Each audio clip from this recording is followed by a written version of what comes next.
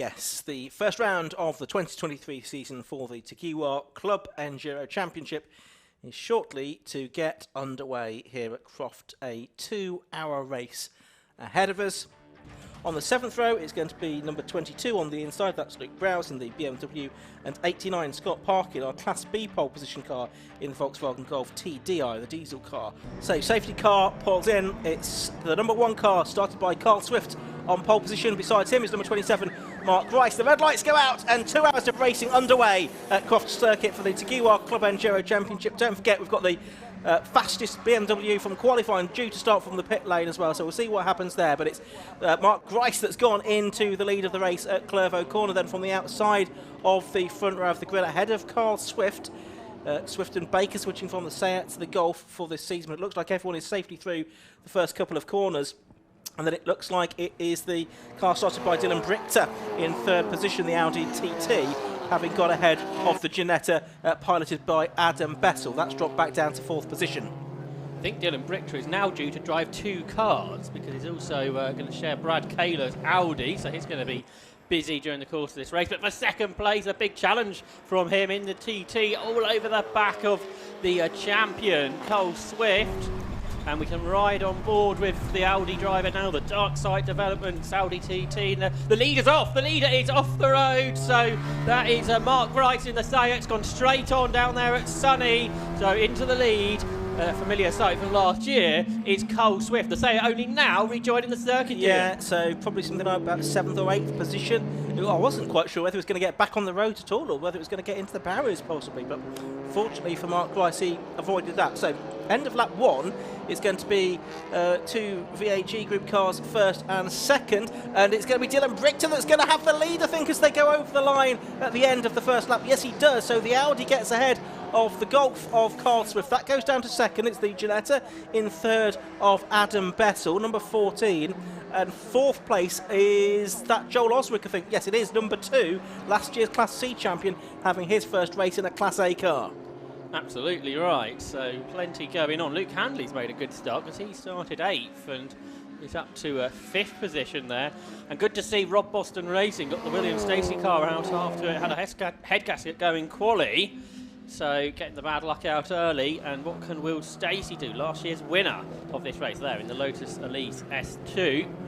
Field make their way here down into Tower Bend, looking out for the Class B leader there. It's Scott Parkin, a big lock-up from the RS3 Audi of the newcomer there, driving it, Matthew Stockford. We managed to get the car stopped at the end of the straight. But yeah, Class B leader there, Scott Parkin, only just ahead of Chris Plaskett in the Class B specification, Area Motorsport Volkswagen Golf. And of course, Scott only did a handful of laps in qualifying this morning before deciding to park it, thinking that he had done enough. Now that is the 89 car of Parkin, and he is getting past there the number 82 car, Ben Williams, in the Seat Cupra. So it looks like he's made up a couple of places on this lap, Scott Parkin, as the leaders come through to complete another lap. He's changing the top 4 at the end of that. Mark Grice, of course, came across the line in 8th place at the end of lap 1, having had that off at Sunny, but he's still in 8th position now, as we now move on to lap 3 of the race. And they turn their way through Hawthorne. There's Stacey right on terms there with Colin Gillespie, who I think is now also due to drive a 2nd car in this race because he's going to take over from Ben Williams rather than Christopher Wallace, so we'll check that all happens a bit later on. According to my timing score, I think this might be a glitch, that the MX-5's got the fastest lap, but I'm not quite sure that's actually accurate. We'll see as the race goes on, whether that car moves up the order. But there for 2nd place, now the Ginetta coming into contention, Adam Bessel really pushing on, and the smaller cars coming good because Will Stacey as well really putting pressure on, although saying that, he himself is under some kind of pressure from yesterday's Road Sports winner, Mark Grice, who had that off on the opening lap of the race. But now that Dylan Brichter is ahead of him, he is not putting away. We've got 8 cars in a line making their way through the complex. Number 17 from Class C, Spencer Fortak, has come into the pit lane very early on in this race. So we're watching for the leaders coming through that is the Spencer Fortag car getting some attention. And it's absolutely side by side on the other side of the circuit. You saw in the background between, here we go, Will Stacey being squeezed up against the pit wall by Colin Gillespie. Now, can Stacey get around the outside with the light Lotus? No, he can't. Can he get the switchback? No, the car's so small, there's nowhere to get past this big Seat in comparison. If you're on the road, you wouldn't really think a Seat was that big, would you, Ian? But next to a Lotus, it looks to be. It certainly doesn't. It's higher. It's the height of the car that makes the difference, really, doesn't it, to perception there. Of course, the Lotus being much more low slung. So we've got a really good race on our hands here. We've got Stacey there, winner here at Croft last season, trying to attack and defend all at the same time. He's got Mark Rice behind him. We've got Colin Gillespie ahead of him. Luke Handley in front of that in the Golf. There's a little bit of a gap before we get to the top 4 cars. And who is the fastest of those top 4 cars at the moment? It is the race leader, isn't it? The Dylan Brichter Audi. Only slightly, though, and I wonder if Adam Bessel could find a way past Cole Swift, whether the Ginetta could go any quicker. Oh, it's got a big slide on there through the complex. But certainly, Bicetta not getting away here from the leader, from Cole Swift in P2. It's out the hairpin, that's where the Audi TT gained the lead, and that's where he seems to just be able to pull clear from the pack. How's James Collins getting on from his pit lane start? Well, he's got himself into the top 25 now as he works his way through the order, and this is the race leader's view. Yeah, that's right, and that's the car just heading around Hawthorne. Now already there's going to be some traffic to deal with before too much longer in the form of Vytautas Pipiras in the Lithuanian coloured Honda Civic, Lithuanian flag coloured Honda Civic. That's just a bit further up the road. But the first 4 seem to have settled down somewhat. Not the case in the next 4, because Mark Rice, after that off halfway around the opening lap, is desperate to try and make amends for that, isn't he? And recover some places. And he's not yet been able to do so. Still there in 8th position. The car's filed through the Jim Clark S's for the 5th time. And then into Barcroft, down into Sunny. This is where the Seat of Grice looks like he can challenge, but they never can. As Will Stacey breaks late into there. Now they've got the traffic soon, but before they get to that, the top 3 look well. Yeah, they just got past that traffic, hadn't they? That's brought the top 3 right together. Bicetta, Swift, Bezel, as they make their way through. And this is where the Audi is quick off this corner. And I wonder if it's the front-wheel drive Golf, just can't put all its power down there. Meanwhile, behind, Will Stacey's got up alongside and ahead of Phil Driver, ahead of Colin Gillespie, I should say, in the car he shares with Phil Driver. So if we, a big slide there for Swift, he saved it, but what's happening behind? Gillespie's gone straight off, and is he going to go into the tyre wall, Ian? Not quite. And you can see there is some bodywork missing from the front of the Seat there, the 15 car, so I think there was a little bit of touch between Gillespie and Stacey there, and Gillespie is the one that's lost out, dropped down to 8th position, fallen behind the Cupra of Mark Rice now as well. Looked like Will Stacey had his hand out the cockpit there, so there was a touch. Is there a problem there with the Lotus as well? I'm just seeing if there's any evidence of a touch on the back of that car. He's immediately on to Luke Handley, isn't he? So I think there's lots of pace in that car. And when we get to clear road ahead of Will Stacey at some point, so we'll see if he can unlock that pace. Potentially. But there's Luke Handley, the Class B champion for the last 3 years, having his first go in the Class A spec car. Same car, just bigger turbo, more power in the top class therefore. Not that far behind this group is Brad Kaler there in 9th place. Here comes Stacey trying to get alongside Handley, can't quite do it. Both these drivers have been in Class B before, haven't they? Will Stacey started off there, and here he comes down the inside of the Golf. He made a move lap ago at that corner, and now he knows how to make it work. Can, though, Will Stacey hang on up towards Clairvaux, because it's the end of the straights where the Lotus Elise hasn't got the power, but I think he had such a good run through the final corner. Will Stacey then is up to 5th, and how quickly can he get onto the back of the rest? There's a big dive up the inside there from Mark Grice to follow him through. He's into 6th, who equally should be quick after qualifying at the top, or in the front row of the grid anyway. Yeah, was actually third fastest in qualifying that car. Although, of course, we had the car that was taken out of the qualifying results because of the underweight issue. That car's just going past our commentary box now, actually. The Collins and Greensill BMW. Here's the leader, and a bit more pressure on the second place man now. Carl Swift from Adam Bessel in the Ginetta, and William Stacey trying to go after them. Stacey did a PB on the last lap. Big slide from Mark Wright through Barcroft. He's really pushing on, trying to cling with Will Stacey, but Stacey is going away and catching Joel Oswick, who was a second and a half ahead at the beginning of the lap. He's pretty much there now, so this is a good chance to be the fastest lap of the race, I would think, from Stacey, as the leaders are in traffic once more. And one thing I've noticed about Cole Swift's car, that Golf moves around a lot more than the car they've raced in the past. But there's Stacey right with Joel Oswick. That appears to be the quickest car, as we have issues in the pit lane here. Yeah, that's last year's Class C champion, Dan Orsano, in the Honda S2000 in Class B this year. His teammate Joel Oswick is up in 4th place overall, racing in Class A this season, but he's being caught by Stacey, who's just in the best lap of the race, 128.32, took a second out of Oswick, so it might be worth having a look at the battle for 3rd and 4th, which is now heading down towards Tower Corner, because we can see if Will Stacey in the Blue Lotus can catch the BMW.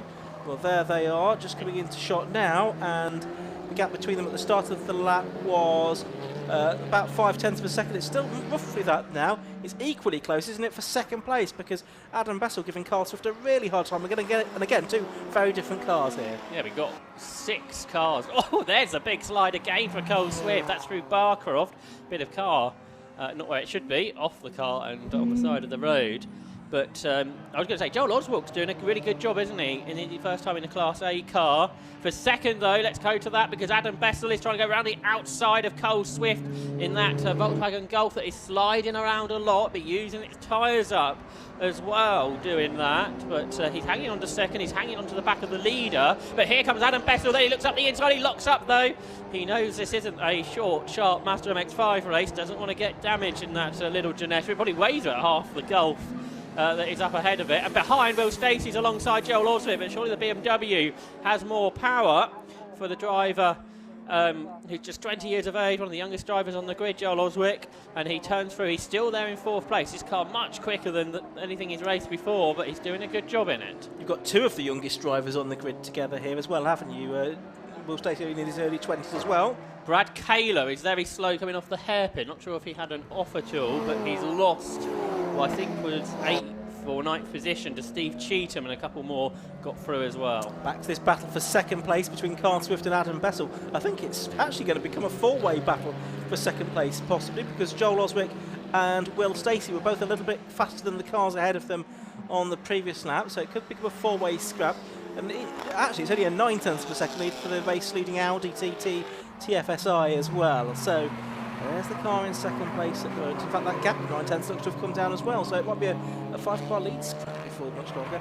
Really good, close racing this. We thought it would be a good battle after qualifying. I think the top 6 or 7 cars separated by only about 1.2 seconds. And it's turning into a really good endurance race. We're going to have 6 cars in the lead scrap here. This is certainly the most competitive opening stint of the Club Enduro race yet, which is great to see. And lots of different types of car. They're all 6 of them are different, aren't they? You've got Audi, Volkswagen, Ginetta, BMW, Lotus and Seat, all to different specifications. And Joel Oswick, rather than losing a place, is having to go at gaining a place, because he's gone around the outside of Adam Bessel's Ginetta, and he goes through then.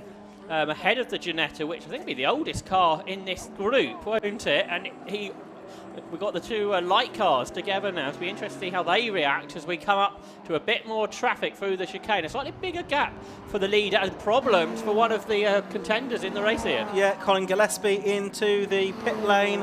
And actually, yes, he's been shown the black and orange mechanical warning flag, so he's not chosen to come in. He's been told to come in by the officials. Something has been spotted amiss with that car. It's probably that missing bodywork off the front that the scrutineers want to have a proper look at. Yeah, he went through the gravel. Right, Jim Clark-Esse's traffic, Class C leading traffic as well, I think, here. And is everyone going to get through there okay? I think they are. Was it still the Class C leader? Yes. The Ginetta leading the class there, which is driven in this open stint by Robert Fennick. But there's Oswick, third, fourth, Bessel. There's the Ginetta G40 that leads its class. And this group then go through with Dylan Pachetta's 1.3 second lead, possibly reduced. A big dive up the inside by Mark Grice, and he just about avoided getting into the side there of Will Stacey. What a battle this is. This has been 15 minutes, which has been the same distance as all the other races we've had today, but we've got an hour and 45 minutes to go, and the two lightweight cars are side by side here. I don't think we've had a 15-minute race where the top 6 have been this close either, have we, so far during the course of this weekend. And now we're going to get a challenge for second place from Joel Oswick. He's putting alongside Carl Swift. It's going to be on the outside line for Clerval Corner, but I think he's done it before they even get to the turning point. Yes, he has. So the 20-year-old mechanic from Cheshunt, the winner of the John Miles Award last season as the most promising young driver within the whole of the 750 Motors Club, he goes to second on his first time out in this German Autoworks run car owned by Steve Hutchinson, driven by Joel Oswick. He is going great guns, isn't he? Will he be challenging for the lead before much longer? And he got Will Stacey trying to follow him past Cole Swift, and he goes right around the outside at Tower Bend, and he does it. Great move there by Will Stacey then to get to that position. So it's Brachetta from now Oswick, Stacey, the sideways Swift, then Bessel and Grice, 2.6 seconds separated the 6 of them. The lock up for the Ginetta there of Adam Bessel, but he got the car stopped. The traffic's not been too congested so far. That may change as the race goes on though. And they turn then the 6 of them together into the complex. And Joel Oswick's right with the leader now, Ian. Certainly is. And he's obviously been thinking very carefully about this. He's not gone right at it from the off. Look how out of shape he's there. He's going to lose out. He's lost to the position to Will Stacey there, but I think he's going to get it right back again because he's so much faster in a straight line than seemingly anybody else out there today. Joel Oswick gets back into second place, but he has, because of that, lost maybe the best part of a second to the race leader, Dylan Brichter. He's still got the Will Stacey car behind him. Then it's Carl Swift in 4th. 5th is Adam Bessel, and 6th is Mark Rice. Top 6 separated by only 2.8 seconds at the end of lap number 11. And they head down to Tower Corner once again. Absolutely wonderful stuff, this. Luke Handley's about 6 seconds behind this now in 7th place. He in turn is 11 seconds clear of Steve Cheetham in 8th. The Luke Browers car, number 22, is in 9th, and Brad Kaylor, who had some problems a while back that you mentioned, Josh, he is still there in the number 87 car in 10th position. Yeah, there's Joel Oswick late on the brakes into Sunny in this BMW M4 with its twin turbocharged inline 6-cylinder engine, and that's producing probably more power than anything else. That does mean it's heavier though. It uses its tyres up as well, perhaps a bit more because of that, but the 6 of them, they're separated by less than ever, I think, as they come into the complex this time. Dylan Brachetta, who was quick in the early stages, is no longer able to get away. Here comes Will Stacey right round the outside of Joel Oswick. He's got to be careful here because he knows Oswick got sideways a lap ago, but he knows he won't be able to hang on. He tries to defend, but that 6-cylinder turbocharged BMW is able to pull clear. It's a great example here of these different types of car that have different qualities in different places. They don't need a balance of performance in the way more international racing does. All it is a power to weight ratio. It's simple to understand, and we're side by side through the chicane, and Will Stacey takes second place. And is the BMW going to lose another position here? It's got Carl Swift pulling up alongside it. He lost a bit of time there, and Mark Grice is trying to make a move on the inside as well. It's Swift around the outside of Oswick here, the 2 champions from last season from Class A and Class C. Grice getting involved as well, but Oswick's managed to hold on. But he's literally holding on here. He's lost ground to Stacey now. He's got Swift climbing all over the back of him, and Grice is going to try to get involved as well. And Adam Bessel, of course, back to 6th position, so that is a change. Grice getting ahead of Bessel since the start of this lap.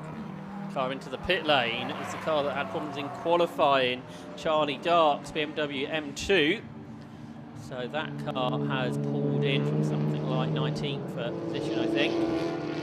There's Luke Handley. He's having a lonely race, isn't he, compared to the top 6? He's not that far behind them. And is there a driver? No, is that might be a spectator walking past? I saw a driver out of a car in the background, and the car had parked up. Anyway, leaders over the line again, and there is not that much of a gap between Brichter and Will Stacey now. It's 0.57 seconds. Stacey took 3/10 out of the leader that time around.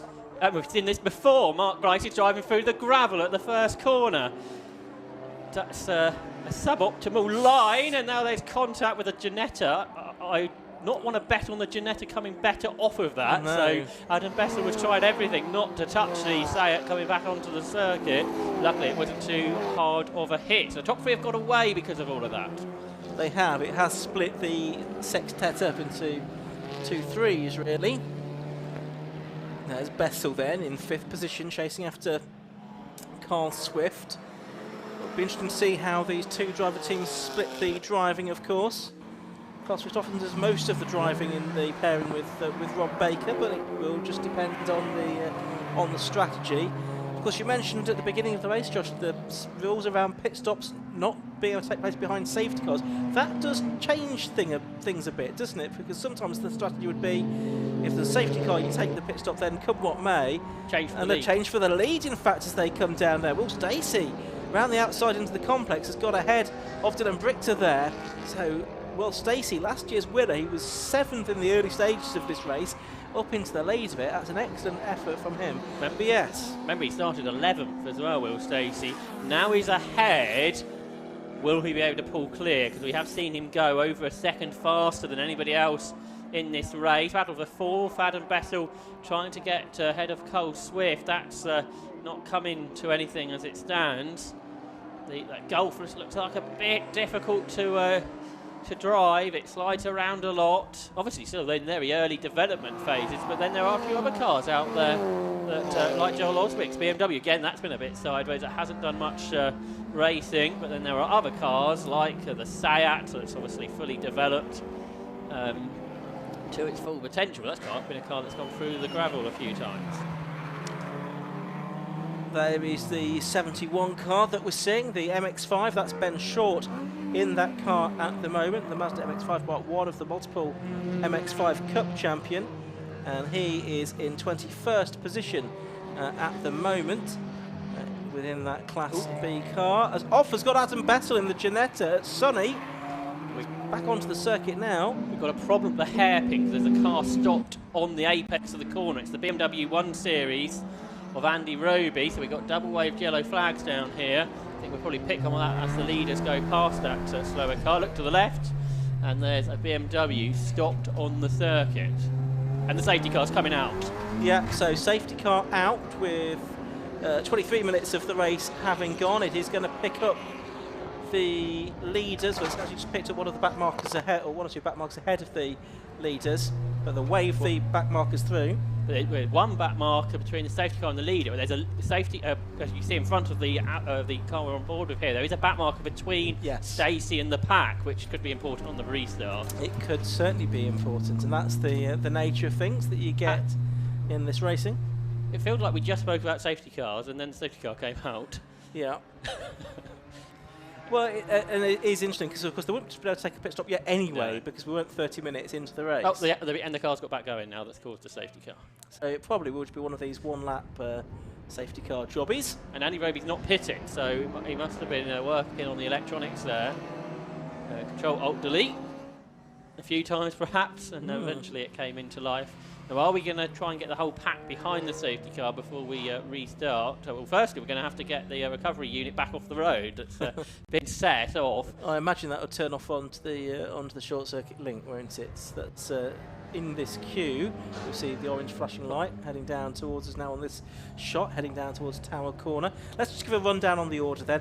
48, Will Stacey it is that is leading this race. In second place, it's the number 6 car, that's Dylan Brichter and Dan Sylvester. Third is number 2, Joel Oswick. In fourth place, it's number 1, Carl Swift and Rob Baker. Fifth is number 27, Mark Grice and Will Beach. Sixth is number 14, that's Adam Bessel and Alec Livesley. In 7th place, number 51, Luke Handley. 8th is number 43, Steve Cheetham. 9th is number 22, Luke Browse and Paul Browse. And 10th is number 87, Brad Kaler. Now, those are all Class A cars. In Class B, the leader in 12th place overall is number 89, Scott Parkin. From in 2nd place, number 91, Christopher Plaskett. And a long way back in 3rd place is the Chris Webster and Matthew Tidmarsh Ginetta G40. In Class C, the leader is number 10, that's the Rob Fennick and Andrew Shepherd Ginetta G40. From in 2nd place, David Lawrence and Erla Krylov in the Honda Civic Type R. And then it's James Johnston and Matthew Bawtry, number 23, in 26th position. So that's the order as things stand at the moment. Safety car lights are still on unnoticed, Josh. I think they are trying to bunch the pack up, I suspect then, aren't they, before we restart. Everyone did well as well there, didn't they? Because it was quite a late call for the safety car to come out to react. I guess pick-to-car radio here helps with that a lot as well. So the team can let the drivers know what's happening. So we're going to get another lap behind the safety car. Oh, the car stopped again. Yes. Andy Roby. So that was probably not wise to carry on past the pit lane. So that means this safety car period is going to last a little bit longer, which will give us a chance to head downstairs and have a chat to Chris Stevens. Yeah, I'm joined by Mike from Rob Boston Racing. Mike, your boy Will's doing a fantastic job out there in the lead at the moment. Fantastic job so far. It was a bit nervous at the start. Had some work to do, but after the qualifying we had, got to be happy so far. Yeah. You told me that there's been a lot of changes to the car, a lot of development. How are they all working out so far? Well, in qualifying we had another head gasket fail. Typical Lotus problem. We sorted it out. We're out there. It seems to be working for now. Just keeping developing it, really. That's as much as we can do. And of course, you mentioned those issues in qualifying. Is there any chance they might rear their heads in the race as well? Hopefully not. Hopefully not. We've resorted back to a previous development stage of the engine. We started with a new development on quali. Didn't seem to work, so we've resorted back to our known working one. Right, great. Well, fingers crossed that holds up. Where do you think the competition is mainly coming from? I mean, Class A looks so competitive this year. There's so many of them, isn't there? Those TCRs are fast. I noticed we came together with Gillespie at the beginning. I don't know what happened there fully yet. But yeah, those TCRs, that BMW, they're all so fast on the straights, but we do what we can. Yeah, we'll certainly making up for it in the corners, yeah? Oh, you're not kidding. I've seen some of those overtakes. Unbelievable. So, yeah, we seem to have it in the corners. Yeah. Great stuff. And of course, that means it's good for the complex around the back of the circuit. Seems to be where he's making up most of his time. It is, yeah. It's just, like I say, it's just this straight. Coming off that final corner, down this straight, they seem to get us. So as long as we can get a gap on them around the back of the circuit, we're fine. Well, we're hoping that the car holds out for the rest of the race and that Will can keep it in a competitive position. Fingers crossed. All right, Thank cheers you. for chatting to us, mate. Ian, Josh, let's go back up to you. Thank you, Chris. And news of a drive-through penalty will be for car number 70. That is Colin Wilmot in the South Super Copa. That's for repeatedly exceeding track limits. And that can't be served while the safety car is out. So, race has just under half an hour gone. And I would think by the time that the safety car comes in, it'll be pretty much time for the pit lane window to open, Josh. Yeah, it'd be interesting if anyone chooses to do that. One car this has made or advantaged is James Collins, because he's kept it on the lead lap. Now the field has bunched up. He's got up to 14th as well. And, OK, they've had to put some ballast in to make sure they're at the right weight for this race. But Nigel Greensall was the fastest driver in qualifying. Depending how big their fuel tank is, will depend on how early Nigel can get into the car. But that car could be one that comes into contention as this race goes on. Particularly, say, if they can get that driver change done earlier than the sort of the mid-distance. But anyway, James has done a great job in the first half of this race for a newcomer. Safety car lights are out, and the Andy Roby, once his BMW has been towed into the pit lane, so we're able to get going again after 2 laps behind the safety car, and the drivers will do 1 more lap, and then at the end of it, the pit lane window will be open should they want to take advantage of that. So safety car peels in, and Will Searcy does have that advantage of that Type R behind him.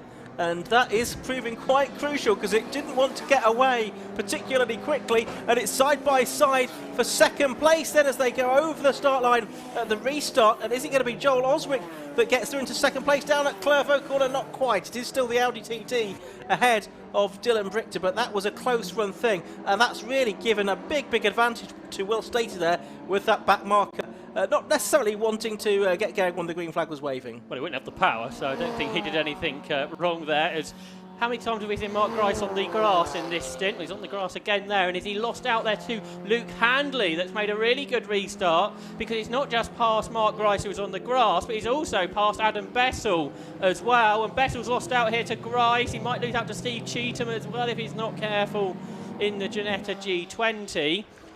Something that Joel Oswick, though, did really well was not pass Dylan Brichter before the line. He was 100th of a second behind. He timed that as perfectly as he could do, but he wasn't able to make the move work for him as the field flow their way here through Barcroft. And there's our Class B leader. That's Scott Parkins. So his big lead he had has disappeared. Chris Pluskett, second in the class.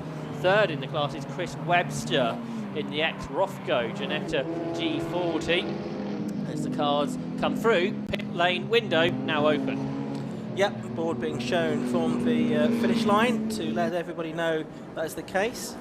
And also a board out to say there's a drive-through penalty as well. That, as we say, is for car number 70. So, the race goes on then. What's Will Stacey's lead at the end of that lap? It is 3.63 seconds over Dylan Brichter, and then there's another 1 second back to Joel Oswick in third place. 82 off Ian. Ben Williams, the capture Seat on the grass here at the complex. Yes, so that's the Cupra that's in trouble. Into the pits has come number 59, that is Jim Benson. Now this could be for his mandatory stop. He's driving solo is Jim Benson, the man from Huntingdon in the Lotus Elise. His first time racing in Club Enduro. Of course, a long-time racer in the BMW Car Club Racing Championship. There's the Williams car going rather slowly back round. Into the pits again has come number 235. That's the Charlie Dark Crown Paints livered BMW. So a big challenge from Mark Grice to get past Luke Handley at Tower, but he can't get through. And I think the M2 may go no more because it's going into the garage, I'm afraid. As Ben Williams has pitted, a muddy complex there for Dylan Brichter as he turns his way through, still ahead of Joel Oswick. Gets his car turned his way through. So now we've had a clear lap. What are the lap time differences between Will Stacey and the rest? Well, Will Stacey did a 1 minute 28.9, which is quicker by, again, the best part of a second over the chasers. There's a change there for fifth up towards Clervaux because through goes Mark Grice up ahead of Luke Handley. Adam Bessel, probably the biggest loser in the starting of this restarting because he's lost a couple of positions. Yeah, back down to 7th position. Steve Cheetham behind him in 8th. There's the Williams car being checked over after it's off. We've also got the 70 car in, I think, for its drive-through penalty, although it's not actually driving through. He's stopped there to talk to his teammate, I can see, beneath us. We're watching the Williams car on screen now. Side by side through the S's behind the batter we're watching, as not quite getting through was Adam Bessel, but let's watch this battle for a second then between Dylan Brichter and Joel Oswick. Brichetta's raced all kinds of cars in the past, but I think this is his first time out in the Audi TT, certainly in this series. And then Joel Oswick behind in the German Autoworks BMW M4 that hasn't done very much racing at all, this particular car. And Oswick all over the back of the Audi TT, so you've got two rear-wheel drive cars here together, turning out of the hairpin, but they will be all too aware that race leader Will Stacey is pulling clear, and a very different feel to this restart to the initial start to the race here. Yeah, that's right. It was very intense, wasn't it, with those well, sort of 8 cars going at it initially, but things have become a little more spread now. I can see also that Scott Parkin has got a Class A car hit between himself and Chris Pluskett. Now that's actually the James Collins Nigel Greensall car that's between the two of them in 12th place, I think, now.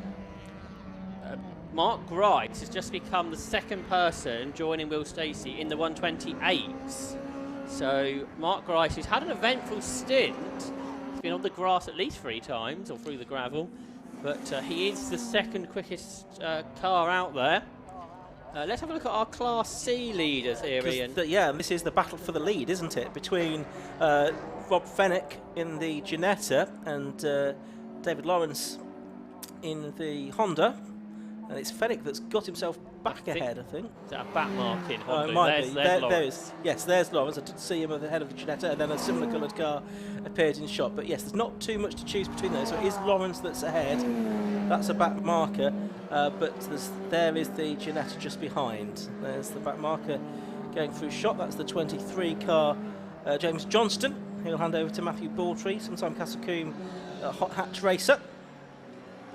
That has been a change, as David Lawrence has got past sometime recently, yes, because he was behind Fennick in the first part of this race. And there's the little G40 in a GT5 specification, I think. That's right. Nearly as many of them here as there was at Alta Park last weekend. Cruel. Over the line goes the James Collins car, which is one to hand over to Nigel Greensword.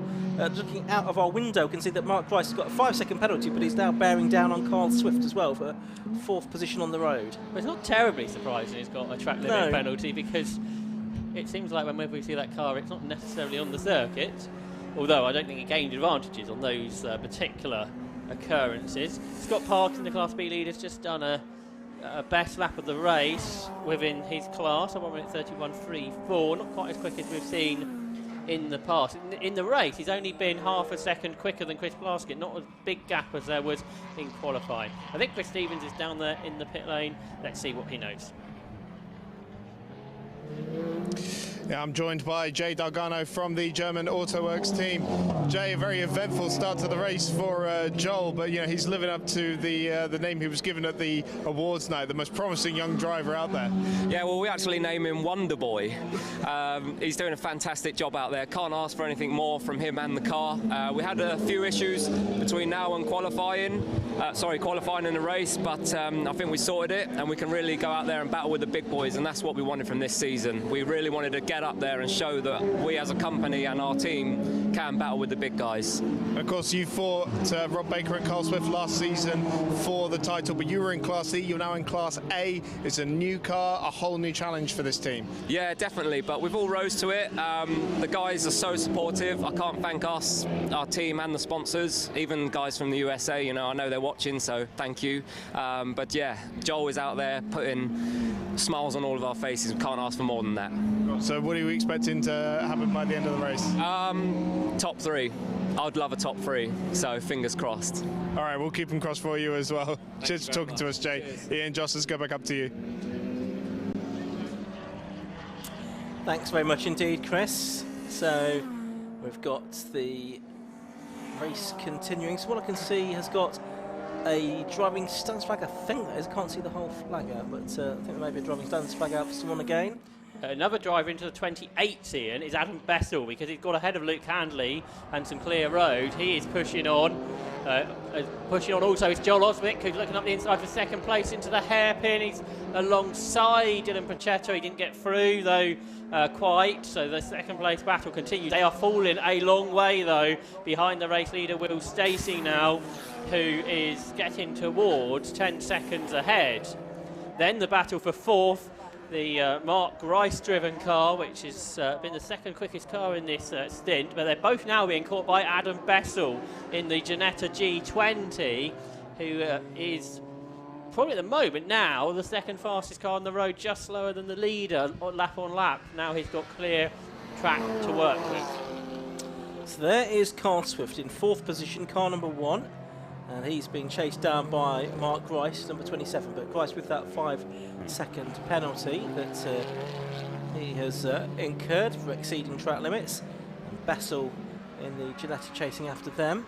Of course, it's a turnaround from yesterday, isn't it? Because it was the Golf drivers who got the penalty for track limits. And today it's Mark Grice. And Mark Grice and Will Beach got the Road Sports win yesterday because of that penalty for Rob Baker and Cole Swift. I saw there was a little bit of banter on Facebook where Area Motorsport sent a note saying you needed a time penalty for a TCR car to beat a road car, but they're both built to the same power to weight regulations. They make their lap times very differently. It does appear though in that Volkswagen Golf at this stage with the current setup on it with not very much development, it is quite difficult to drive. It slides around a lot, but Cole Swift and Rob Baker drive very well. Adam Bethel was 2 seconds behind these two. Now he's challenging them. He's on the inside of Mark Grice, heading up towards Clairvaux Corner. The Ginetta, is it still on the inside? I don't think Adam Bethel fancies his chances too much to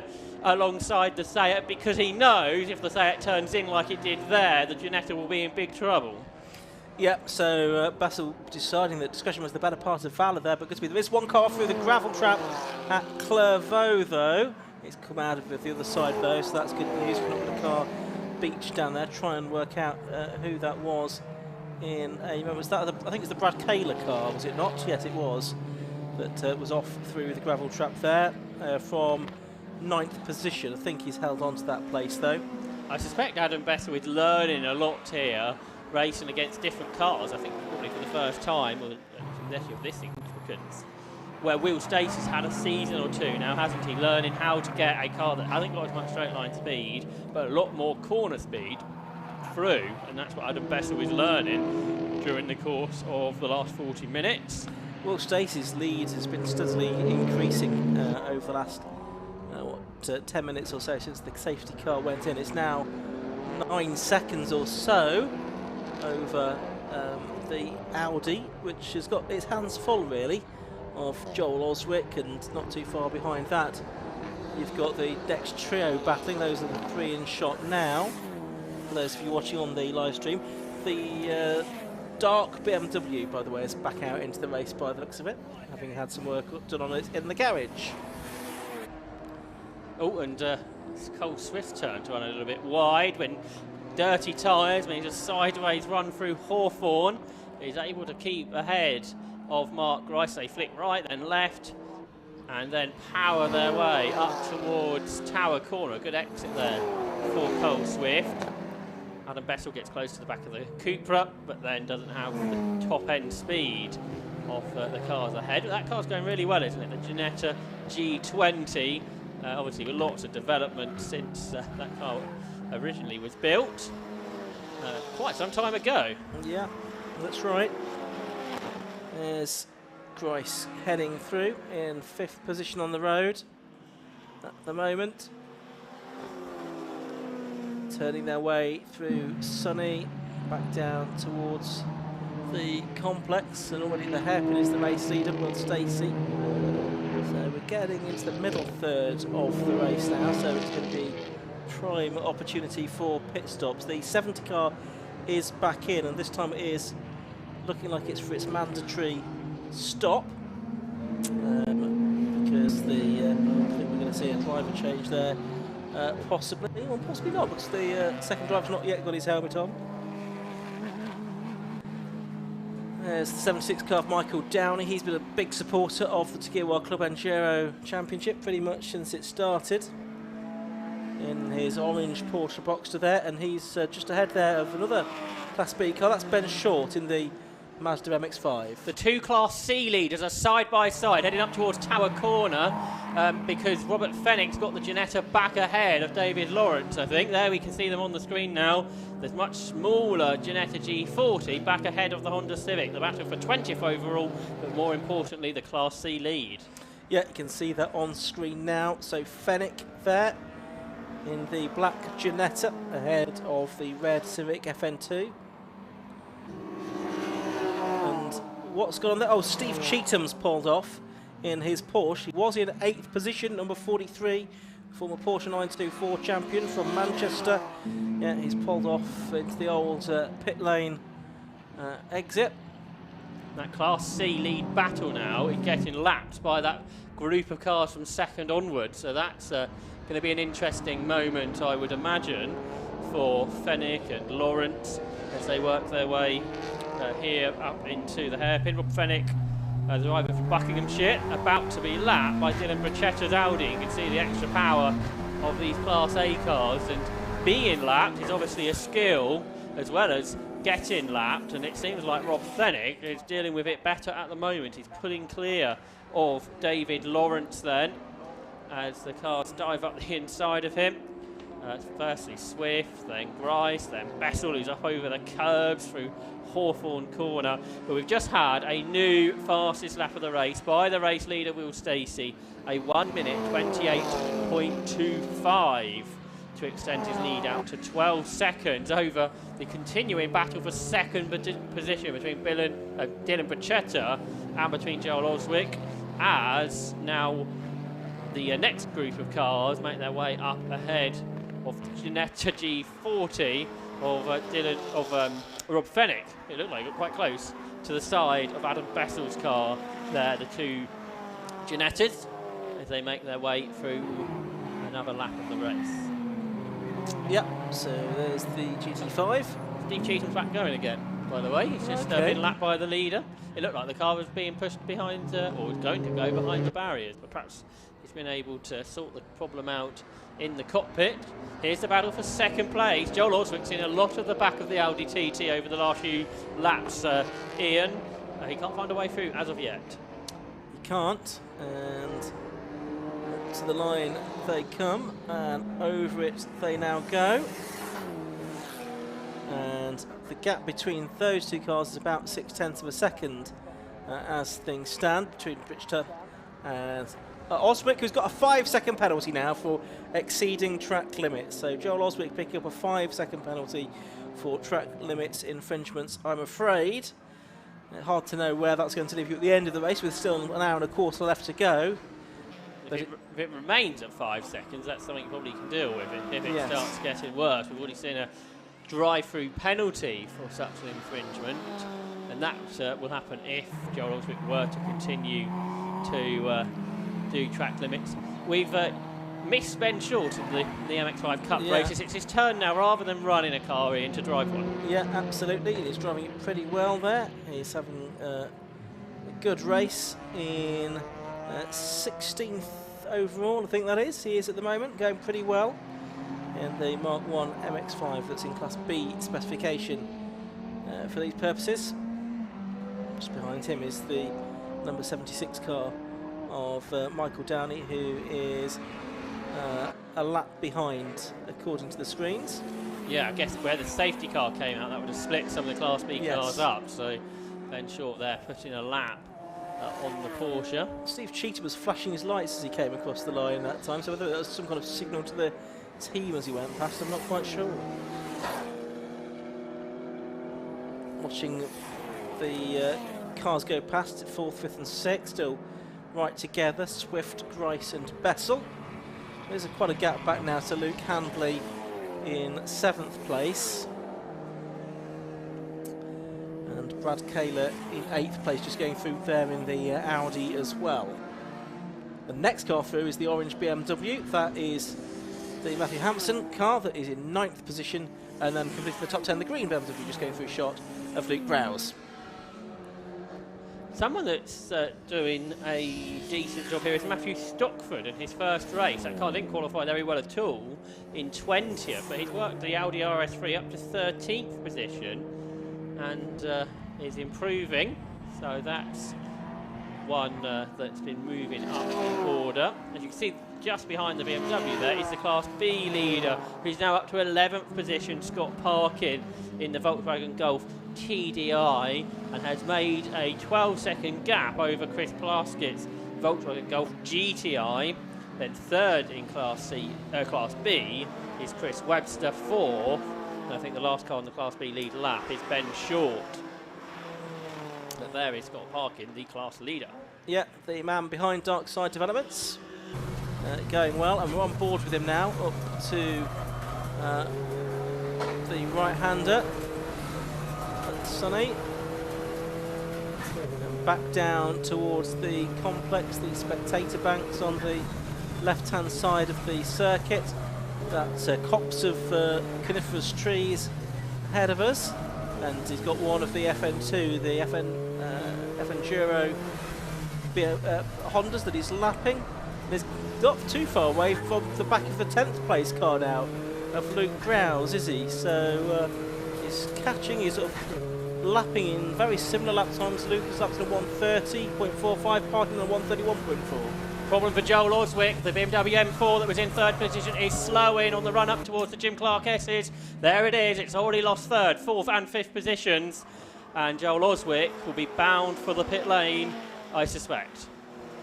Yeah, that's a great shame, isn't it, for Joel, who was showing such pace on his first race in this Steve Hutchinson-owned car. We'll see if there's anything that the team can do to get him back out for the rest of the race at some kind of pace, but I think the hopes of the top 3 finish the team are hoping for, they are diminishing, it has to be said. He's heading into the complex now, and is he going to head for the pits? It doesn't sound particularly healthy, does it, Josh, as it comes past our commentary point? One good point of view for that team is we are in the pit window.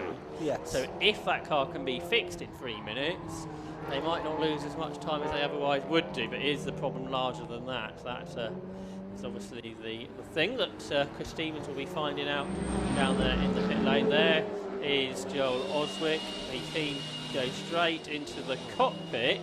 They are prepared with the fuel. Joel gets out the car because, of course, you can't have a driver in the car while it is being refueled. So that will be done first. Nothing else can happen while it is refueling. And then they will work out what to do next. The other option here, Ian, obviously this is a new car, or pretty new car. It's a problem if this is the case, but was it running out of fuel? Was it getting fuel surge? If that is a problem, it's not going to get to the end of the race in one stop. No, exactly. Let's see if they do anything else once the fueling is complete. No, we'll keep an eye on that. That was the car that was in second position, of course.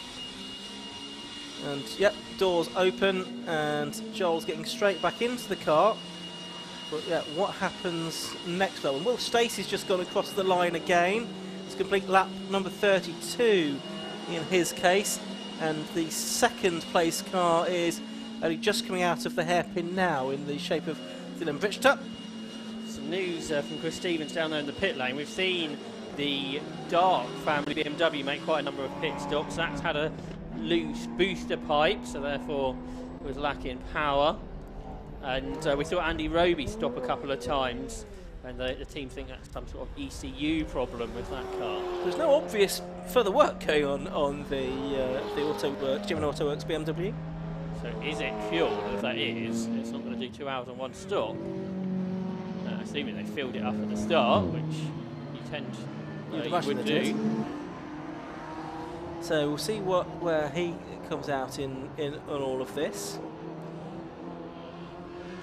The race continues though. Of course, it's, as we say, 1 3-minute pit stop that has to be made during the course of the race. Can't make them the last 15 minutes of the race either. So they've got about 50 odd minutes still to make their stops. About to get busy for third place battle. There's a couple of cars to lap there, and Cole Swift worked that really well. And Mark Rice therefore has to follow Ben Short through the sunny complex. Then Ben moves to the left hand side of the circuit, lets the cars with more power go through. The leader's in, the race leader is into the pits. On lap number 33, Will Stacey, number 48, into the pits, and he'd got a good lead of 15 seconds when he came in. There you can see him heading down the pit lane now. So that means Dylan Procetta retakes the lead of the race. There's the Team Dynamics Audi LRS3, driven by Matthew Stockford in this opening stint. Will hand over to Honda 8. Alan James, and he's having a problem for the leader here, Ian. Yeah, it was being pushed back up the pit lane. Now, did he overshoot his slot? But that means that it's going to be a longer stop, come what may. Well, yeah, because it's from where the car stops in the... Yeah, good point. That car just weighs 730 kilograms, so a lot lighter. Joel Oswick's on his way. Will Stacey gets out. Yeah, because this, unlike most race series, is stationary time rather than pit in to pit out, isn't it? So that's a very good point you made there. Yeah. It's not a particularly busy pit lane at the moment, so that's an interesting situation to have missed your pit box. Were the team not prepared? Are there problems here? It wasn't a particularly slow in-lap for Will Stacey. Off has gone Adam Bessel in the Ginetta up at Sunny, and that car is on the grass between the current circuit and the old circuit, and that is in a relatively exposed position. And there's damage on Mark Grice's front left corner. Not sure if that's from earlier or if that is related. Into the pits now comes Bacchetta, because of course if you get into the pits before the safety car comes out, you will be able to do your 3-minute pit stop where nobody else will, and that is also why Mark Grice is pitted, but the race champions from last year have not come in, so staying out is Cole Swift, so they will be praying the safety car doesn't come out in the next 90 seconds. Yeah, we need to perhaps see what's going on with Adam Bessel, but in has come the leading Audi. The Bessel car is still there, stationary on the grass. We can see on the inset the pit stop going on for the Darkside Audi that was leading this race. Driver out of the car while the refueling takes place, of course. But we do still have that stationary Adam Bessel car up at Sunny. There we can see the Mark Grice car. And look at that, Josh. We've got any damage there? There was a tyre problem. Yeah, they've got a new tyre ready, haven't they? And that's the side, I think, where the damage was. See Simon Chapman and his 750 Motor Club rescue team coming to the rescue up there at Sunny. Now the marshals are there as well, so I think we can do this under local yellow flag. So great work there by the rescue team and the marshals at Sunny. Yes, they're going to get ready to take that left front off, aren't they? Now the refueling is completed. To be fair, the Audi TT team are doing front tyre change as well, so perhaps this was part of the plan. Perhaps new front tyres is necessary. You can see how worn those are compared to the tyres that they're putting on, can't you? So they have taken quite a beating, the tyres, it would seem. Obviously Mark Grice has got out of the car. He's handed over to William Beach. Dylan Brichter's handing over to Dan Sylvester, who we saw out in action in Hot Hatch and Scottish MR2s at Donington Park last weekend. Busy boy, the YouTuber.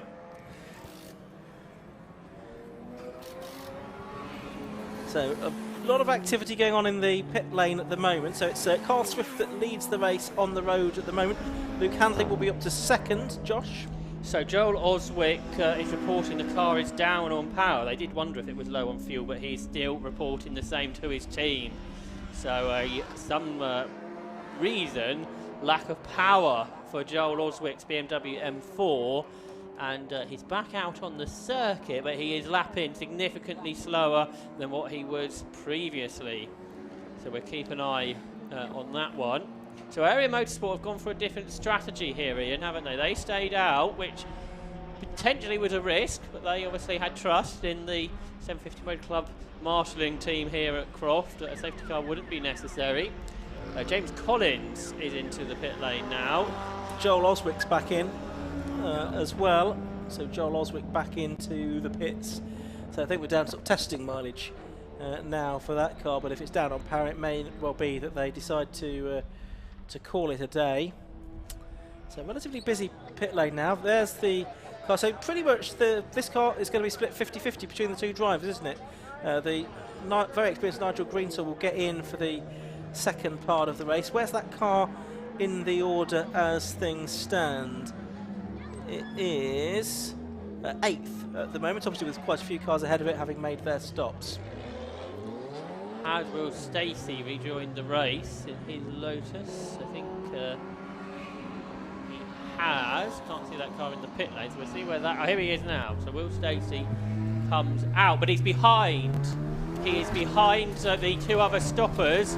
So there out of the pit lane goes Dan Sylvester, but he has dropped behind Will Beach, who's taken over from Mark Grice. So I think it is a total turnaround from our three early stoppers. You noticed it, Ian, as Will Stacey went and missed his pit box, so that would be a longer pit stop, and that has cost him a couple of places at the very least.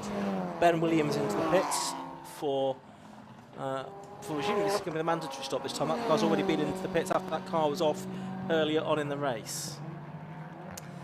So Rob Boston, not Rob Boston, Will Stacey in the Rob Boston racing car is heading off up to Tower, and we're heading off into the pit. And hold on 1 second, there's a car that's massively locked up, and it is the Luke Brow's car that has locked up and is off the circuit at Tower. But let's head down to the pit lane and Chris. Well, having been a relatively quiet pit lane for the race up until this point, it's an absolute hive of activity in here now. There was very nearly a collision between your car, Mark Grice, and the Darkside car as they were pushing theirs out just now. But you seem to have a very eventful first stint there.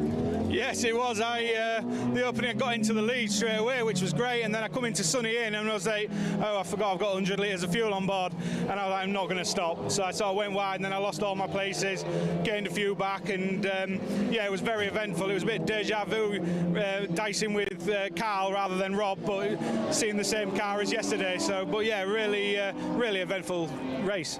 Of course, you won the Road Sports race yesterday in the car that Rob Baker and Carl Swift ran for the last few years. It's obviously a very rapid car. How are you finding it so far? Yeah, it's great. I mean, we haven't had much testing. We've had probably one dry test session coming up to this meeting. The Road Sports was the key one yesterday, but the car feels good. It just stays underneath you for all my stint. So, yes, I'm really happy with it. What do you think Will can do in the remainder of this race?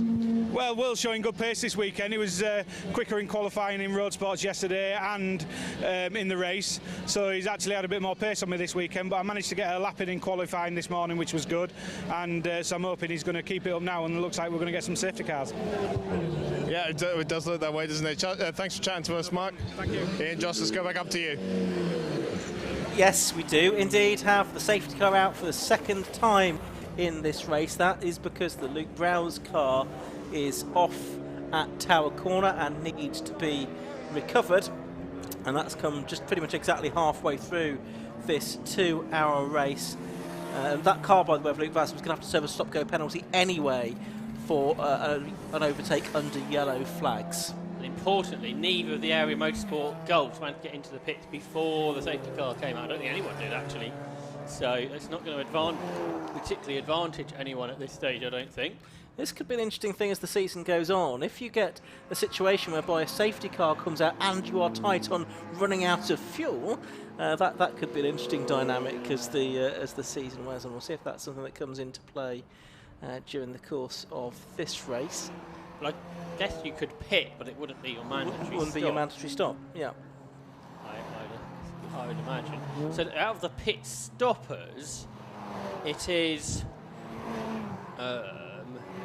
Mark Grice and Will Beach who are ahead, but this probably won't actually help them, will it? Because their 5-second penalty will bunch up the drivers behind who pit stops weren't quite so quick. So Dan Sylvester and Will Stacey.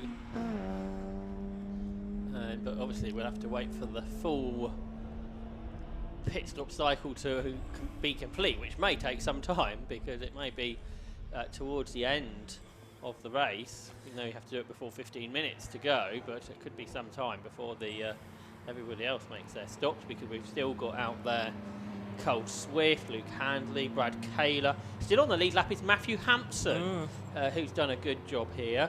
Scott Parkin also still on the lead lap, as is Matthew Stockford. So that's the top 6 all on the lead lap. But down in the pit lane is Chris. I'm here with James Collins, who's just done his first ever Club Enduro stint, obviously starting from the pit lane after the exclusion from qualifying. Yeah. But how did it go out there? Yeah, it was good. Obviously didn't expect to be underway, but we removed some parts before coming here this weekend, the rear diffuser and that's where we've lost our weight, but drove well from the back, made way through the grid and that. Nigel's in the car now, so we should start seeing it push up a bit. Where do you think he can get up to? I don't know. We've got a gearbox issue, so I don't know. He's some pilot, so we'll see where he gets to. How have you found your Club Enduro experience so far as a rookie? It's competitive. It's fast. There's some fast boys out there, but everyone's very courteous. Everyone gives you room and that, and it's not like Dodgems. Everyone's nice and friendly out there, so it's good. And we'll be back again. I was just going to ask if we convinced you to stay for a season. Well, we've booked Spa. I think we're going to do Alton Park, maybe Anglesey. I need to speak to Johnny next week. He's currently on holiday, so enjoy your holiday anyway, John. All right, well, we hope to see you out many more times this year. Ian, Josh, back up to you. Thank you very much. Thanks, Chris. Still, the Luke Browse car has yet to be recovered, so safety car staying out for a little while yet. James Collins just mentioned Nigel Greensill into the car. They just missed out on getting ahead of Cole Swift and therefore coming to the back of the line. So in some ways that was more luck than anything, isn't it? That could have worked really well for them, but as it stands, probably not ideal. So they're not a lap behind Mark Grice, the leading stopper, but they are the best part of a lap behind. So if they weren't, I think Nigel Greensill could have been in a very good position to bring that car forward, but instead it's going to be a little bit more hard work than what it could have been, but that's how it runs in these types of races. Let's give a quick rundown on the order. Not that it means too much at the moment, with some drivers having made their stops and others having not. So it's Rob Baker and Carl Swift. Carl Swift at the wheel leading the race, number 1. Second is 51, Luke Candy. Third is 87, Brad Kaler. Fourth is 69, Matt Hampson. Fifth is 89, our Class B leader, Scott Parkin. In sixth place is number 78, Matthew Stockford. Seventh is the number 15 car of Colin Gillespie. Eighth is the number 8 car, which is being driven by Chris Webster. Ninth is number 71, Ben Short. And 10th is number 27, Mark Grice. Of course, having made the stop. So it's Parkin from Webster, from Short in Class B. And in Class C at the moment, it's Rob Fennick still leading in the Ginetta G40 GT5 from David Lawrence in second place within that class. And third in Class C at the moment is Vytautas Pipiras. I don't think he's yet made his stop. Recovery coming towards an end. I think now they've got the M3 out of the gravel.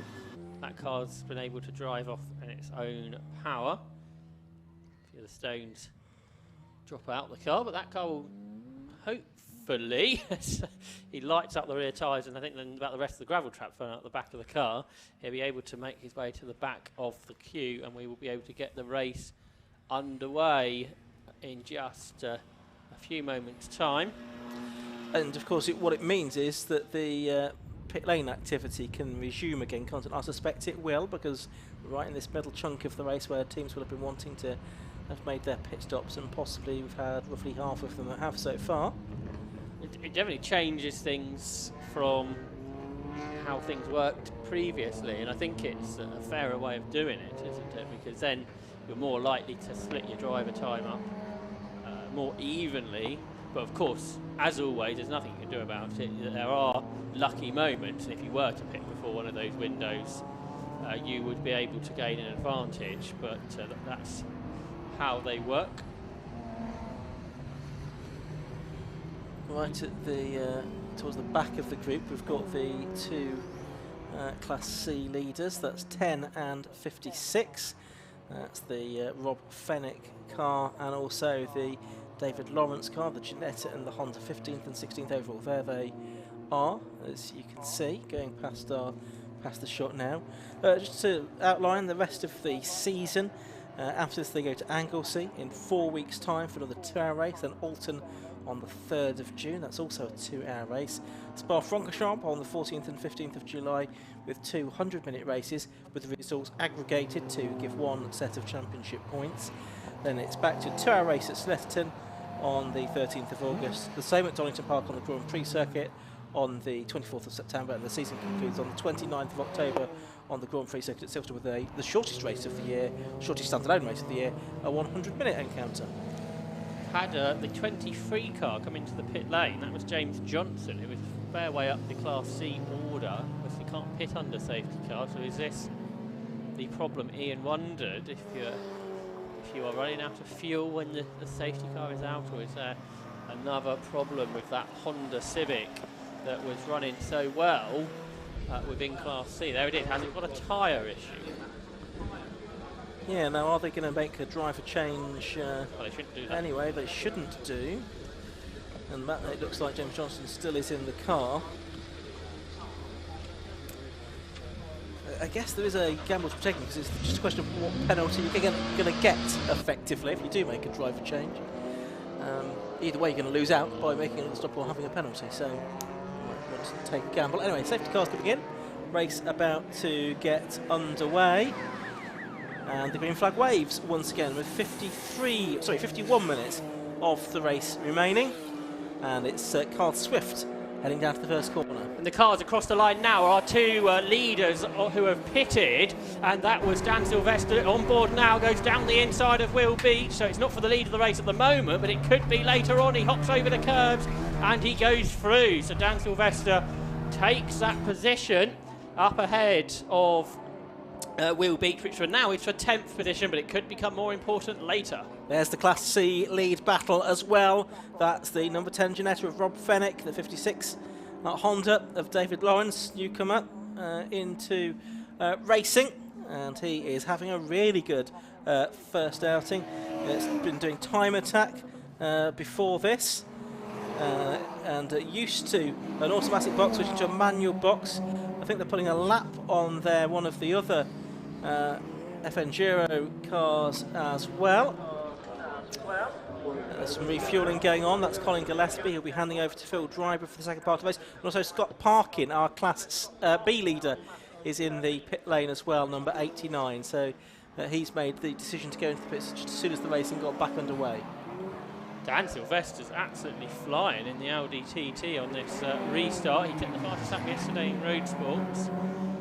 So he knows he needs to get on with this, because not that far behind is Will Stacey, who's been so quick over the course of this. And his teammate, Dan Sylvester's teammate, Darkside Developments, the Audi RS3, is trying to hold Will Stacey off at the moment and keep him at bay. But on that lap, Sylvester does the fastest lap of the race, a 1:27.70 for the Audi TT TFSI.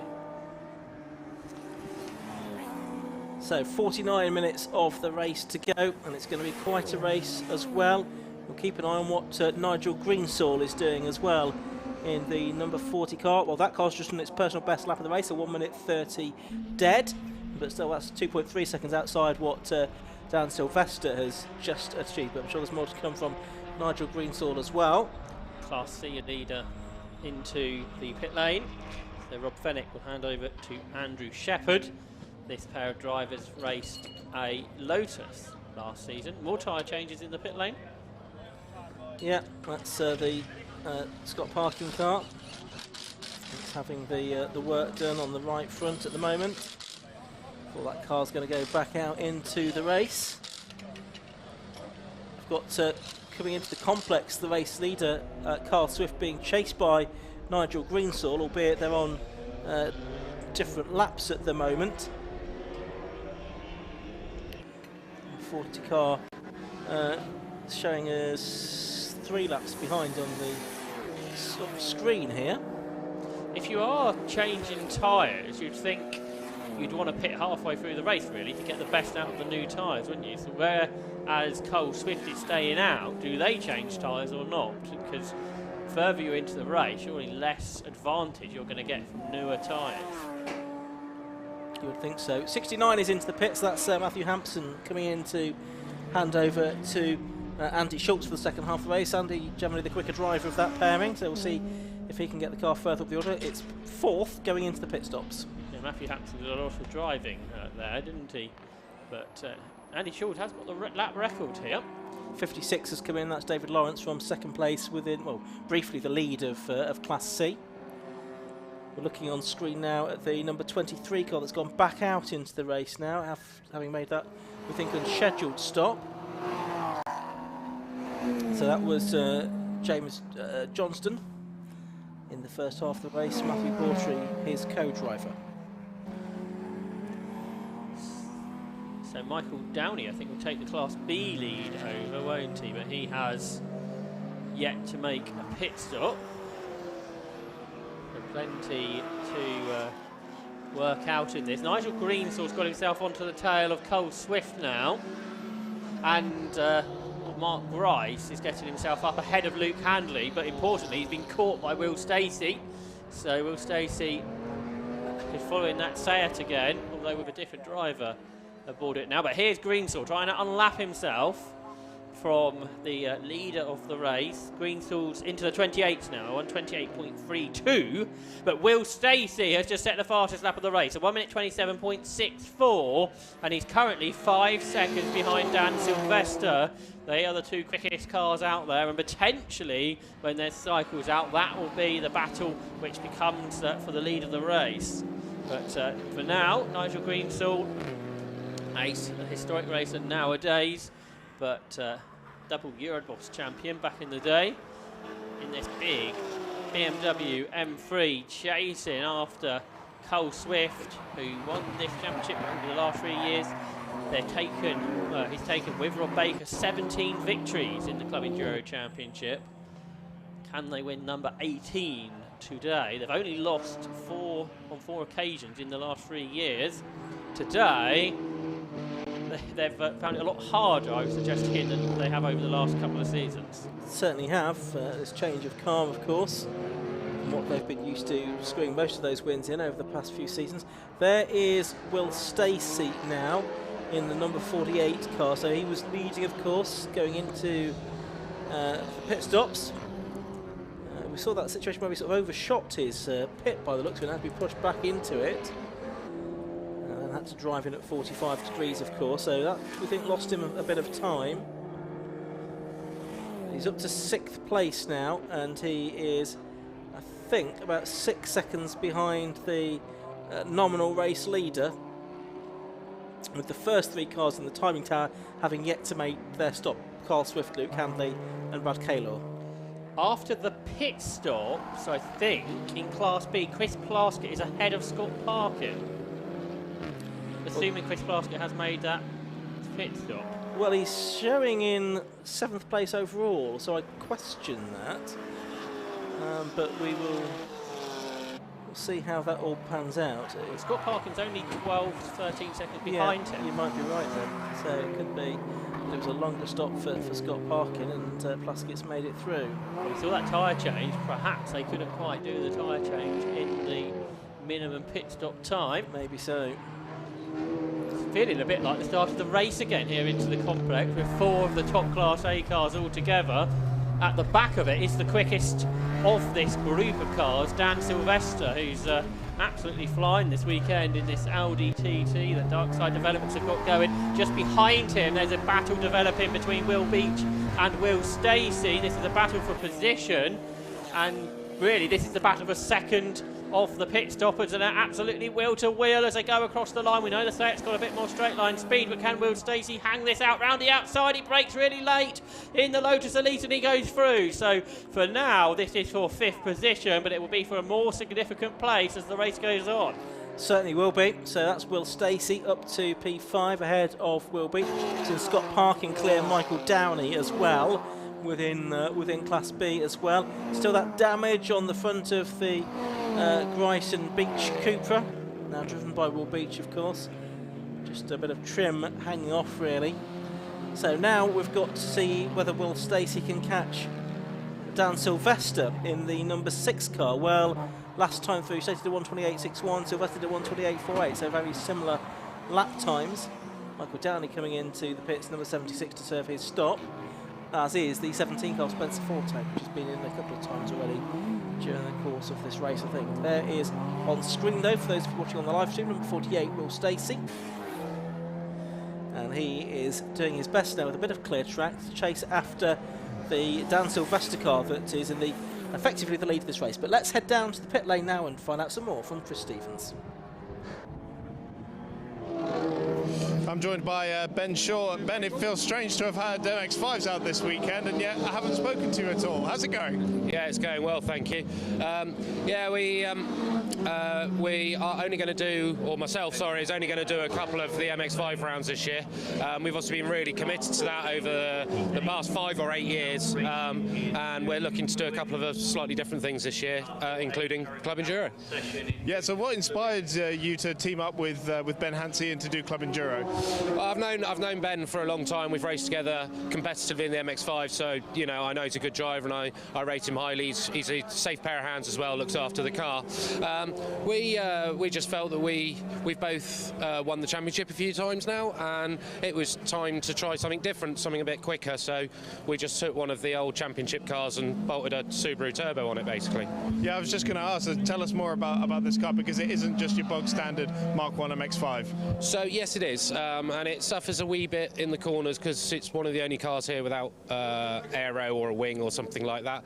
But it's pretty strong now in the straights, and the car's becoming more and more reliable as we use it more and more. So now reliability issues are, hopefully, touch wood, put to bed. We can start to think about you know, bolting bits of wood to the front bumper and all that sort of stuff. We'll keep our fingers crossed for you. Cheers for chatting to us, Ben. Ian, Josh, back to you. Thanks, Chris. Into the pits again as come car 69. So that's Andy Schultz back in. He'd only been out there for a few moments. Meanwhile, Will Stacey has eaten in a bit to the advantage of Dan Sylvester. The gap was down to 4.6 seconds. Just waiting for the screen to play. It's down to 2.7 seconds. So Will Stacey really on a charge now. Yeah, and that is partially because Dan Sylvester is stuck in traffic. The traffic being Joel Oswick and Cole Swift. So quick, but not quick enough that he can keep this gap to Will Stacey, but not slow enough that he can get past it. So, as I say, it's a bit like the beginning of the race all over again. There is the race leader, basically, Cole Swift, but there, number 6 is our leader in reality, Danny Sylvester, but there is the car chasing Will Stacey, who set another fastest lap of the race, a 1:27.20. We're on board with Sylvester now. He's quicker through the S's than Joel Oswick, whose BMW M4 is back up to speed. Through Barcroft, a big chunk of brake there for Oswick, before then braking much harder down into Sunny. But if you look in the mirror, you can see the Lotus Elise there. If you look to the top of your picture in the rearview mirror, you'll just make out the shape of a Lotus Elise, which is Will Stacey catching this Audi TT, and then you're going to have a really cracking battle, I think, between these two cars here. Well, we sort of saw these four cars together, more or less, didn't we, in the early part of the race, in a different order and on different lap, or on the same lap, now on different laps. But effectively, this is the battle for the lead. We've got the race leading car, Carl Swift, pulling into the pit lane now, so that simplifies things a little bit. Just Joel Oswick ahead of him now. And as you say, that car which he was complaining of being under power does seem to be back up to some kind of speed now. There is Sylvester lapping Ben Hansey in that Subaru turbocharged RX-5. And then it is behind Oswick on the road. You've got Sylvester and then Will Stacey. So a real interesting look to this race at the moment. And after the 3-minute pit stop for Cole Swift handing over to Rob Baker, we get an idea where that car is in relation to these cars heading through Tower Corner now. Luke Handley will take over the lead of the race. Brad Kaler made his stop a few moments ago. Is he still in the pit stop still? Yes, he is. But he'll be back out shortly. Ooh, it's getting busy. Here comes Stacey up the inside of Sylvester. This is for basically, we think, the lead of the race. And through Barcroft, are we going to see a Lotus ahead? Just about. So through goes Will Stacey in traffic there into Barcroft. A bold move. But now he's going to have that BMW M4 ahead. So probably he won't be able to pull away in. Wouldn't have thought so. It was, I think, the Paul Browse green BMW that they were just lapping. The Jim Clark S, I think Paul must have got in that car now to take over from Luke. So that battle down at the complex, it'd be great for Will Stacey if he can clear here the Joel Oswick BMW, but we've seen that car, when it's got its power, is quick in a straight line, but it's out of the corner comes Will Stacey. He's alongside the BMW, he's level pegging with it. The BMW, this is a car that's a few laps down, remember, is still there on the inside. Is it going to let Will Stacey go? Well, whether it does or not, Will Stacey goes through, and now he's got a car between himself and Dan Sylvester, who's in effectively second position. Yeah, Sylvester will be frustrated, won't he, that he hasn't been able to get past Oswick, whereas Stacey did it immediately, and the Browse car back out the pit lane is back off the road, I'm afraid. Paul Browse a bit smoky there through Hawthorne. Meanwhile, there's Stacey and Oswick and Sylvester, but can Area Motorsport get Rob Baker out ahead of this pack of cars? That could bring that car back into contention. So there's Stacey, just behind Sylvester. Joel Oswick now 15 seconds of time penalties. He's exceeded the track limits again, but it's pretty academic from a point of view of results. He's down in 15th position. Okay, so So into the complex comes Will Stacey and Danny Sylvester. Area Motorsports pit stop still ongoing.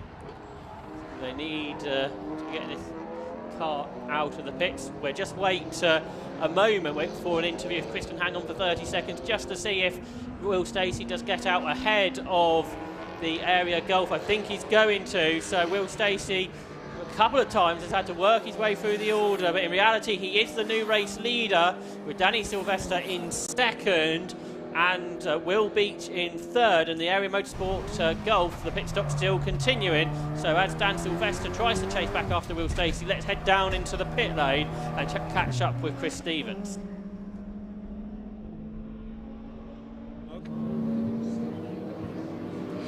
I'm joined in the pit lane by Matthew Stockford, who's just completed his first Club Enduro stint. How did it go? Yeah, it was brilliant. Really enjoyed it. Glad the track was dry. It was pretty busy out there, but incident-free, and I think we moved from 21st to 13th, so can't grumble with that. And you shared with me some of your ambitions earlier. You're getting your signatures for your licence. What are you hoping to end up in? Hopefully we'll be doing Brick Car by the end of this season, but we'll do a full season of Club Enduro because it's great racing. It's really close. It's good. That's great to hear, and it's been so competitive just today already. Bodes really well for the season. Can you give us a little bit of insight into what adaptations have had to be made to the car for you to drive it? Yeah, I've got push-pull accelerator and brake with a upshift on the top of the accelerator, and then downshift is a flappy paddle on the left-hand side. So yeah, it's all hand operated, so it can get quite busy in there, but yeah, it's all good. It works very efficiently. It's a DSG gearbox, so that's pretty quick. Yeah, they've been telling me a lot of the times you end up one-handed on the wheels, so mad respect. Yes, well, try not to do that too often, but definitely when I'm braking, which should be in a straight line, then yeah, there's only one hand on the wheel, but yeah, incident-free. All right, awesome. Now, what are you expecting in terms of a result from this race now? Oh, I mean, Alan's a very good driver. He's out now. If he can pick up a few more places and end up top 10, that would be a brilliant result for us. Awesome. Well, thanks for chatting to us, and we wish you all the best. Thank you very much. All right, Ian, Josh, let's go back up to you. Thank you, Chris. It looks like the Browse car is going to be pushed back into the garage and out of the race. You can see that, those of you watching on the live stream. We've got just over half an hour left of this Takiwa Club Enduro Championship race. Luke Handley it is that is still, I think, still out there at the moment and leading the race, but it will be Will Stacey that takes over when he inevitably has to make his pit stop, Josh. In Class B, Chris Plaskett's lead is down to 7 seconds back to Scott Parkin, so there's a real chase now on in Class B as well as Class A battles. In Class C, Andy Shepherd has taken over the Ginetta of Rob Fennick and is just 5 seconds ahead of the Honda that they've had the race-long battle with. So all three classes, when you combine the gaps, doesn't come to much more than 10 seconds. No, very exciting racing indeed. So past the commentary box now goes the race leading car, effectively the race leading car of Will Stacey, and the car in second of Dan Sylvester, Mark Grice in third. So what is the between the three of those? Not very much at all, 10 seconds roughly. That is the Scott Parkin car, which is now 8.5 seconds behind Chris Plaskett in their fight for 7th and 8th overall, and also the Class B victory. It's a slower lap that time from Scott, but he is capable of lapping 7/10 of a second faster than Plaskett. So it's touch and go whether he's going to catch him, I would think, before the end of the race. Yeah, it's a real battle, isn't it? Between the Area Motorsport Golf, the car that is still in Class B specification, the petrol Golf, and then the diesel Golf of Darkside Developments and team boss Scott Parkin. Meanwhile, Nigel Greenstall's had an off at Sunny. That doesn't happen terribly often. He had just been lapped by Will Stacey. And Nigel's going to get the car back on the road, I think. He had worked his way into 9th position, was just 6 seconds ahead of Alan James. So there you can see Alan James back into 9th position. So Matthew Stockwell is on for his target of a top 10 finish. Yeah, certainly looks to be, which would be a fantastic result for them. The leader-elect has just got across the line again. I'm just going to work out where on track. There's Luke Handley right behind us in the country box. Is he going to make his pit stop anytime soon? He's got 16.5 minutes left in which to make it, but he's going to dive into the pit lane right now. And so I think that will be everybody who's anybody, I should say, that has made their stop. And that will mean that once everything sort of filters its way through, Will Stacey will be back into the lead of the race proper, if you like. He's 3.7 seconds ahead of Sylvester. He's slowly pulling clear. Interestingly, the front-wheel drive cars have been dropping away, haven't they? Will Beach and Rob Baker. Towards the end of Cole Swift's stint, I think he was struggling. And if anything, they lost out perhaps a few seconds in that safety car period because the others brought down the gap a little bit, but not so terribly significantly, I don't think. So probably it's always in this period where there's a safety car possible. I would imagine it's better to pit early rather than late because you're more likely to gain something. There's the Class B leader, Chris Plaskett, on screen now in the the 91 Golf, the area motorsport and run car. As I say, it's the Darkside diesel Golf that is his challenger. The gap back down to about 7 seconds again between them. I think it was about 18 seconds, wasn't it, at the beginning of this stint. So he's halved it in probably about half the time. That's Michael Downey, another of the Class B cars, but a little bit behind because he was. They've all made their stops now, of course. And the other car that you can see in the shot there is the 17 Spencer Fortag Honda Civic. Class B cars are going to be well up the overall order as well, aren't they? Now in 7th and 8th. Yeah. The Class A cars have gradually slipped by the wayside for various reasons. There's Scott Parkin, 7.2 seconds behind at the start of this lap. Plaskett did a PB on the previous one, a 31.4. And Scott Parkin now does the fastest lap of the class of the race, so 1 minute 30.79, which brings the gap down to 5.7 seconds. There's Nigel Greenson. His car now, the grill is full of grass after the spin he had. He rejoined in 10th place, 5 seconds behind Alan James. He's actually quite a lot faster than Alan James. Yeah, I mean, that's not 5 seconds now, is it? You can see the gap visually on screen there, so we'll see how that pans out. Sylvester into the pits. The car, and off into the gravel. The car off at turn 1. Who is that? We can't quite see. Chris Webster's Ginetta, the Rothko car, I think, now driven by Matthew Tidmarsh. But why Sylvester in the pits? That's the drama to follow. The car that should really be in second place, but it won't be anymore. Let's see. Oh, look, we've had a spin for the Honda Civic. It's all going on. Yeah, it certainly is. That's the... Yeah, it is the Ginetta that I thought it was, which was well up in Class B, this car. It was in 3rd position, Matthew Tidmarsh and Chris Webster. So this will promote Ben Short and Ben Hansey's Mazda MX-5 onto a class podium position. Luke Handley's back out into the race, but I think Dan Sylvester's still down there in the pit lane, so not sure if we can pick up on that car that's down there, and see if we can figure out why it is down there as well. It is parked in at 45 degrees, so it's not getting any kind of penalty, I don't think, or anything like that. It's parked in its regular position in the pit lane. Was that spinning the multicoloured Civic we saw was Vitortas Piperas, but yes, now the safety car is coming out to recover that Ginetta.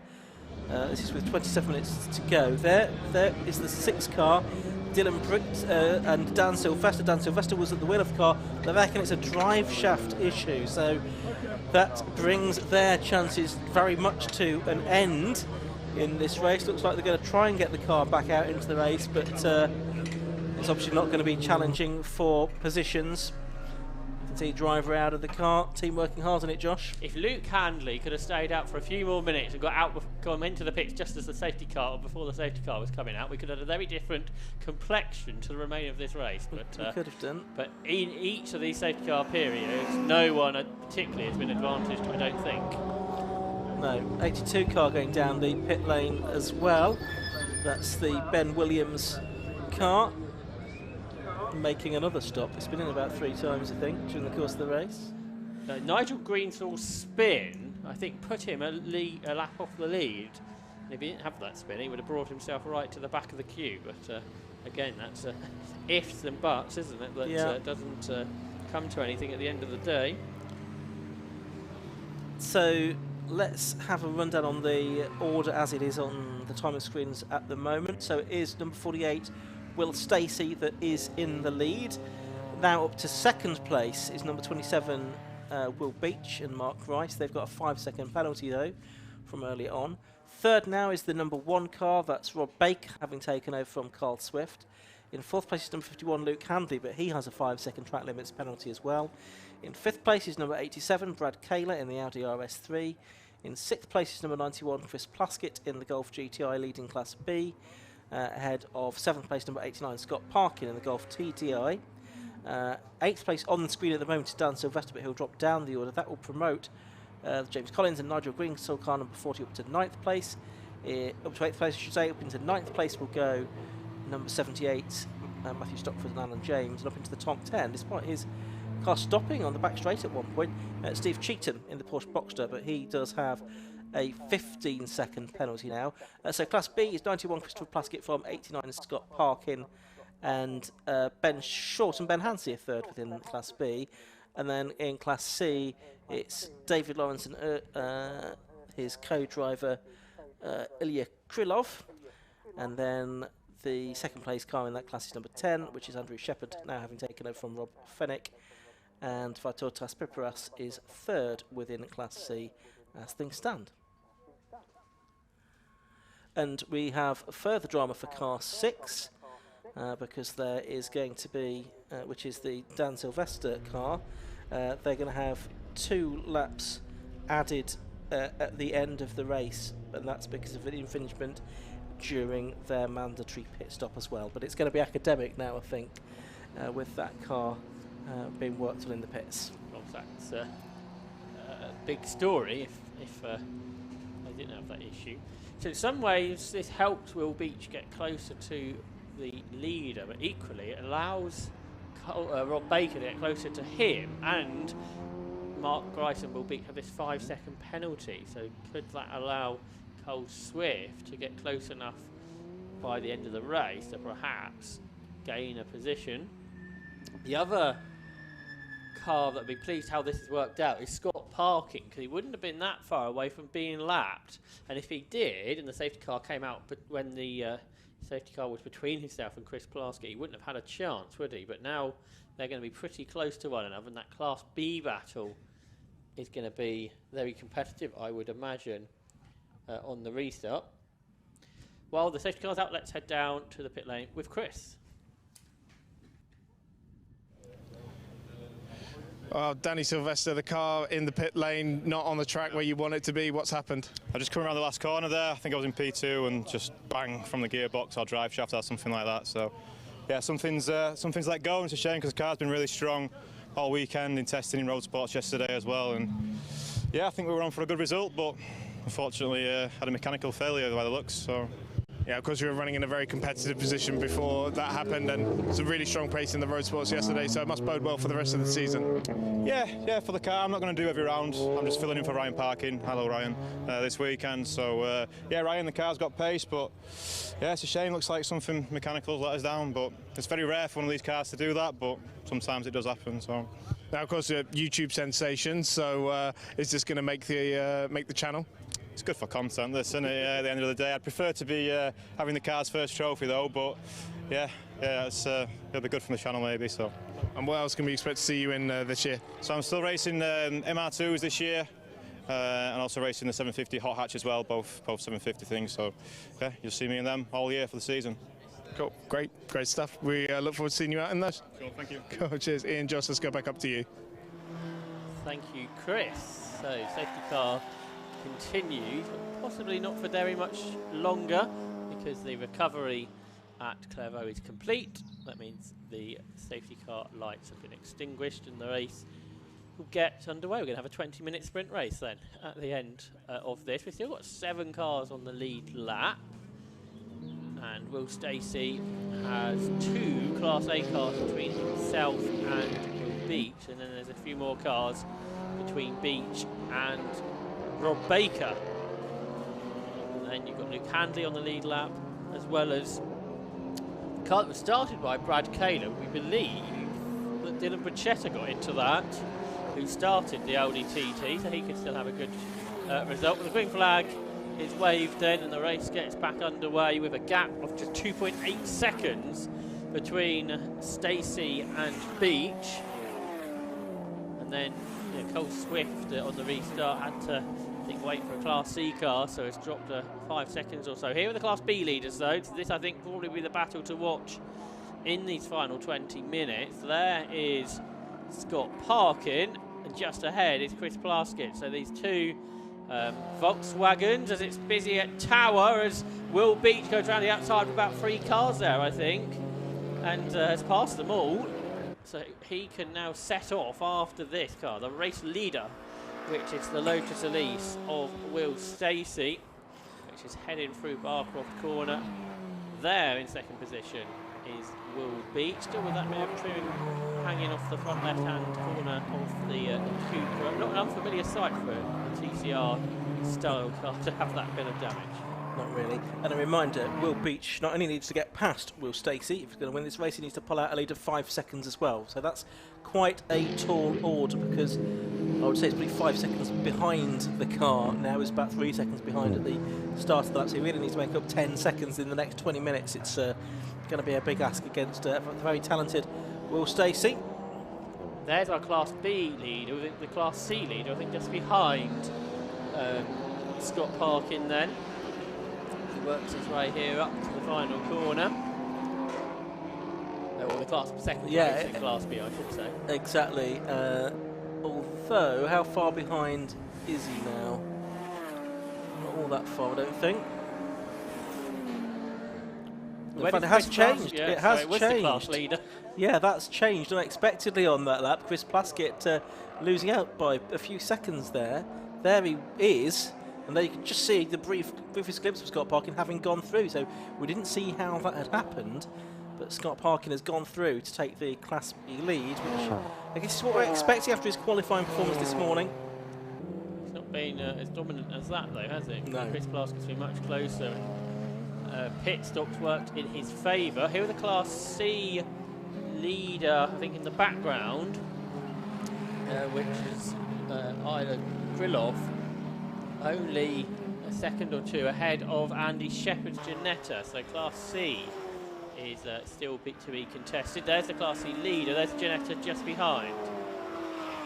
Yeah, that's right. And then another of the Class C cars behind that. Spencer Fortag, very experienced driver now. A number of different categories is Spencer. Well, the leader's gone across the line again. His gap was 4.86 seconds. Will Stacey over Will Beach. Get an update on what that gap is any moment now.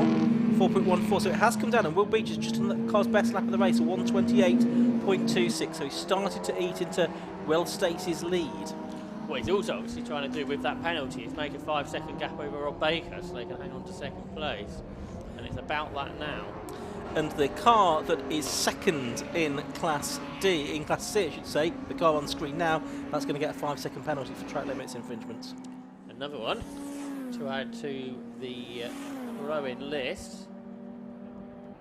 And that will help further the car of Ila Krylov. They were the one from slowest car in qualifying, Lawrence and Krylov, so they've got some big gains since then. But they're now leading the way ahead of this Janetta G40. Yeah, and Spencer Fortag's actually got ahead on the road of the Janetta as well. So there is Class B leader now, Scott Parkin, and he's now just about 2.5 seconds up the road from Chris Plaskett. closing in on the road on the Steve Cheatham car, which is actually a lap or so behind. There's the Brad Kaler car, which I think has now been handed over to Dylan Richter in 5th position. Joel Oswick still circulating as well, and he's just a personal best lap of the race, actually, a 1:28.53 in that car. So if it wasn't for that strange period in the middle of the race where he was down on power for some reason, he would certainly have been in contention for the victory, although he has got these 15 seconds of track limit penalties as well. But possibly he may not have incurred those had he not been pushing on so much in this second part of the race. Yeah, that's right. There's parking. He leads Class B now by 3 seconds. Both Parkin and Plaskett both did PBs last time. Just 0.4 of a second between their best laps, where in qualifying it was in excess of a second.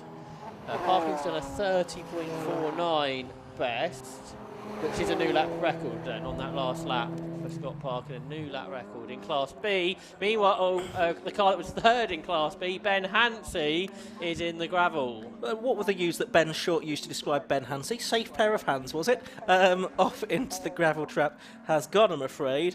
Ben Hansey from a strong position. And also, actually, there's 2 cars there, because the Michael Downey car is there as well. Who was 4th in Class B. So that's 3rd and 4th in Class B. I think they're the only cars left in the class that are both in the gravel, so the safety car comes out again and will pick up the race leader. This is the 4th time, isn't it, the safety car has been out?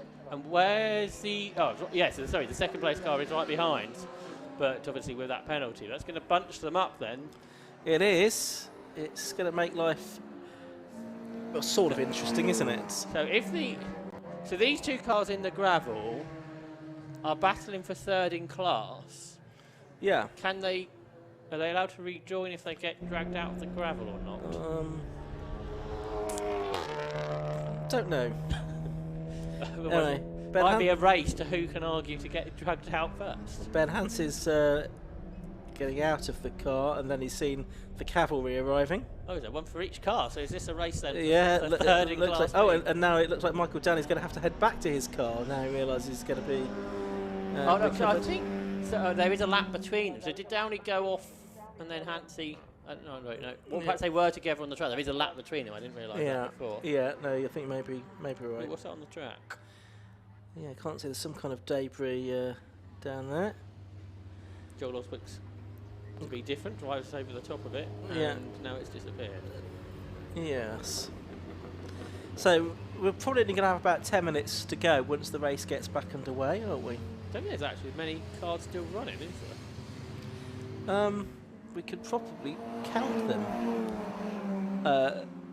as they go past. I will endeavour to do that. Probably only about 15 or so. Right. 1. This isn't going to make good telly, so you talk, Josh. Ben Hansey's car's been dragged out of the gravel. As you can see, like Ben Short said, it's a pretty standard MX-5 as you look at it, but with a much more powerful engine. And already the Porsche, I think, is out of the gravel, so this shouldn't take too long. 17, I think. 17 cars out there circulating. There's been a bit of attritional, not just this race, at the weekend, because we had cars testing that withdrew after problems. We've had cars have problems in road sports yesterday that have now withdrawn. We've had cars have problems in qualifying that then withdrew ahead of the race, and then during the course of the race, cars have been withdrawn. But however, it's still been a very competitive race despite that. It has. Because there are still 7 cars on the lead lap, so more than a third of the cars still running are on the leading lap of the race. Yep. And we started with 30, I think. But we've lost a number during the race. Going backwards in terms of number of laps completed, Dan Orsano, Michael Dark and Charlie Dark, Andy Roby, Jim Benson, the Wilmot car, the Livesley and Bessel Ginetta, the Browse and Browse BMW. Spencer Fortag still circulating actually, but we've lost Hampson and Schultz. We've lost actually Abortry and Johnson still out there. They possibly are, but we lost Tidmarsh and Webster, of course, as well. We've lost Sylvester and Richter and various others. Safety car's going to do one more lap, I think. Although the circuit does now look to be clear down at Clervaux Corner. So best lap of the race, that's gone to Will Stacey earlier on, a 127.20, 86.70 miles an hour. 800ths inside the record set by Andy Schultz last year. Best lap in Class B, that's gone to Scott Parkin, I think a 130.49. That's also a lap record, 300ths faster than Chris Freeman's lap record last year. And Class C, I don't think we are tripling the lap record in that particular class on this occasion. So 11 minutes to go. There'll be maybe 9.5 minutes by the time the cars come back round, and so probably get something like 7 laps out of that. Hopefully. Assuming we have no more caution periods, of course. 2 Class B leaders are back together, aren't they? Yeah, that's true. So that is one to watch. Scott Parkin, can he hold off Chris Plaskett? So lap times have been fairly similar in the end. Then our Class C leaders are still fairly close as well. Class A is a little bit more set because of the penalty for Will Beach, otherwise this would have been quite an interesting restart, wouldn't it? It would have been very interesting indeed. I'm sure Will Beach will still try to find a way past at the start. Safety car lights are out. Will Stacey is hanging well back from the safety car, the driver from Whittam. And it looks like he's going now. And can Will Beach go with him? So he hung back slowly and gave the safety car plenty of clear air. And it looks like he's made a pretty good restart actually to this one, Will Stacey. And it was going to be just about 9 3/4 minutes in fact left to go as he comes across the line this time with the green flag waving. So the gap between first and second, there's about a second between them, 1.17 in fact.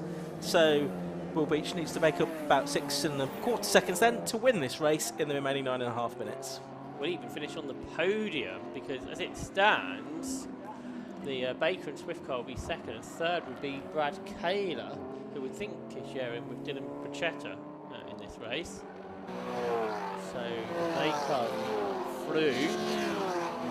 Time to fight for Will Beach in these final 9 minutes. There's Luke Handy, who's also got a penalty. That's why the Kaler car, just behind it on the road, could be moving up the order once penalties are applied. In fact, John Elsey gets a bounding. There's pictures all around the circuit. So he's the most good photographer. We'll try and his images on social media and his website in the next few days. When I left the circuit last night, I was working on those pictures he made, and he was still in the same spot when I arrived this morning. He never sleeps, that man. So dedicated is he to the cause. So there is Chris Plaskett then. He is just behind Scott Parkin, I think. Yes, there's one car between them in actual fact, that being the number 82 Class A machine. At the end of the lap, the gap was 1.17 seconds between Stacey and Beach, and at the end of lap 64 it's 1.72 seconds. Although Will Beach is just the best lap of the race for that car, 127.92. Stacey still pulled out about 5 or 6 tenths. And he is building a gap, isn't he, to Cole Swift. It's not yet 5 seconds, but it's heading in the correct direction as far as Will Beach is concerned. So that is potentially good news for that team. Through there goes Alan James in their Audi, the Dynamics run car. There's the B battle then. Diesel power ahead of petrol power at the moment, but not by very much. Chris Plaskett, who hasn't done very much racing, the driver from Surrey, second in the class, only started racing last season in this 2-litre VW Golf GTI prepared by Area Motorsport. Bennett turns up racing, he only started back in 2019. They turn their way through Sunny and up here towards the complex. They're the only 2 cars still running in the class, and they're a second between them. So we've lost quite a few in Class B. We certainly have, and hopefully we'll have more out to start the next race in a month's time. There's the view from the pit wall. New fastest lap, new lap record for Will Stacey. 1:27.11 to extend his lead. Light fuel load and clear track, all working in his favour there, of course. And obviously the tyres have held on pretty well. Being a lighter Yeah. car, you'd think the Lotus should look after its tyres better, particularly than the heavy front-wheel drive cars. Which, okay, the rear tyres probably okay, but not so much the fronts. There's Phil Driver going through shot. There's Steve Cheetham. He's in 10th position. A lap down in the Porsche. And there's Chris Plaskett. 1.5 seconds only behind, 1.3 seconds only behind Scott Parkin now. He was quicker on the last lap by half a second. Is there a late change there in the offing order between the two of them? So that could potentially better than Parkin. We can't make any errors. Right on the edge of the track there. The gap second to third then is 3.7 seconds on the road, which translates to 1.3 seconds after penalties. Can Cole Swift hang on within 5 seconds of Will Beach? There's the B leader then. Scott Parkin turning into the final corner. Yeah, he's about to go on to another lap. 5 minutes to go in the race.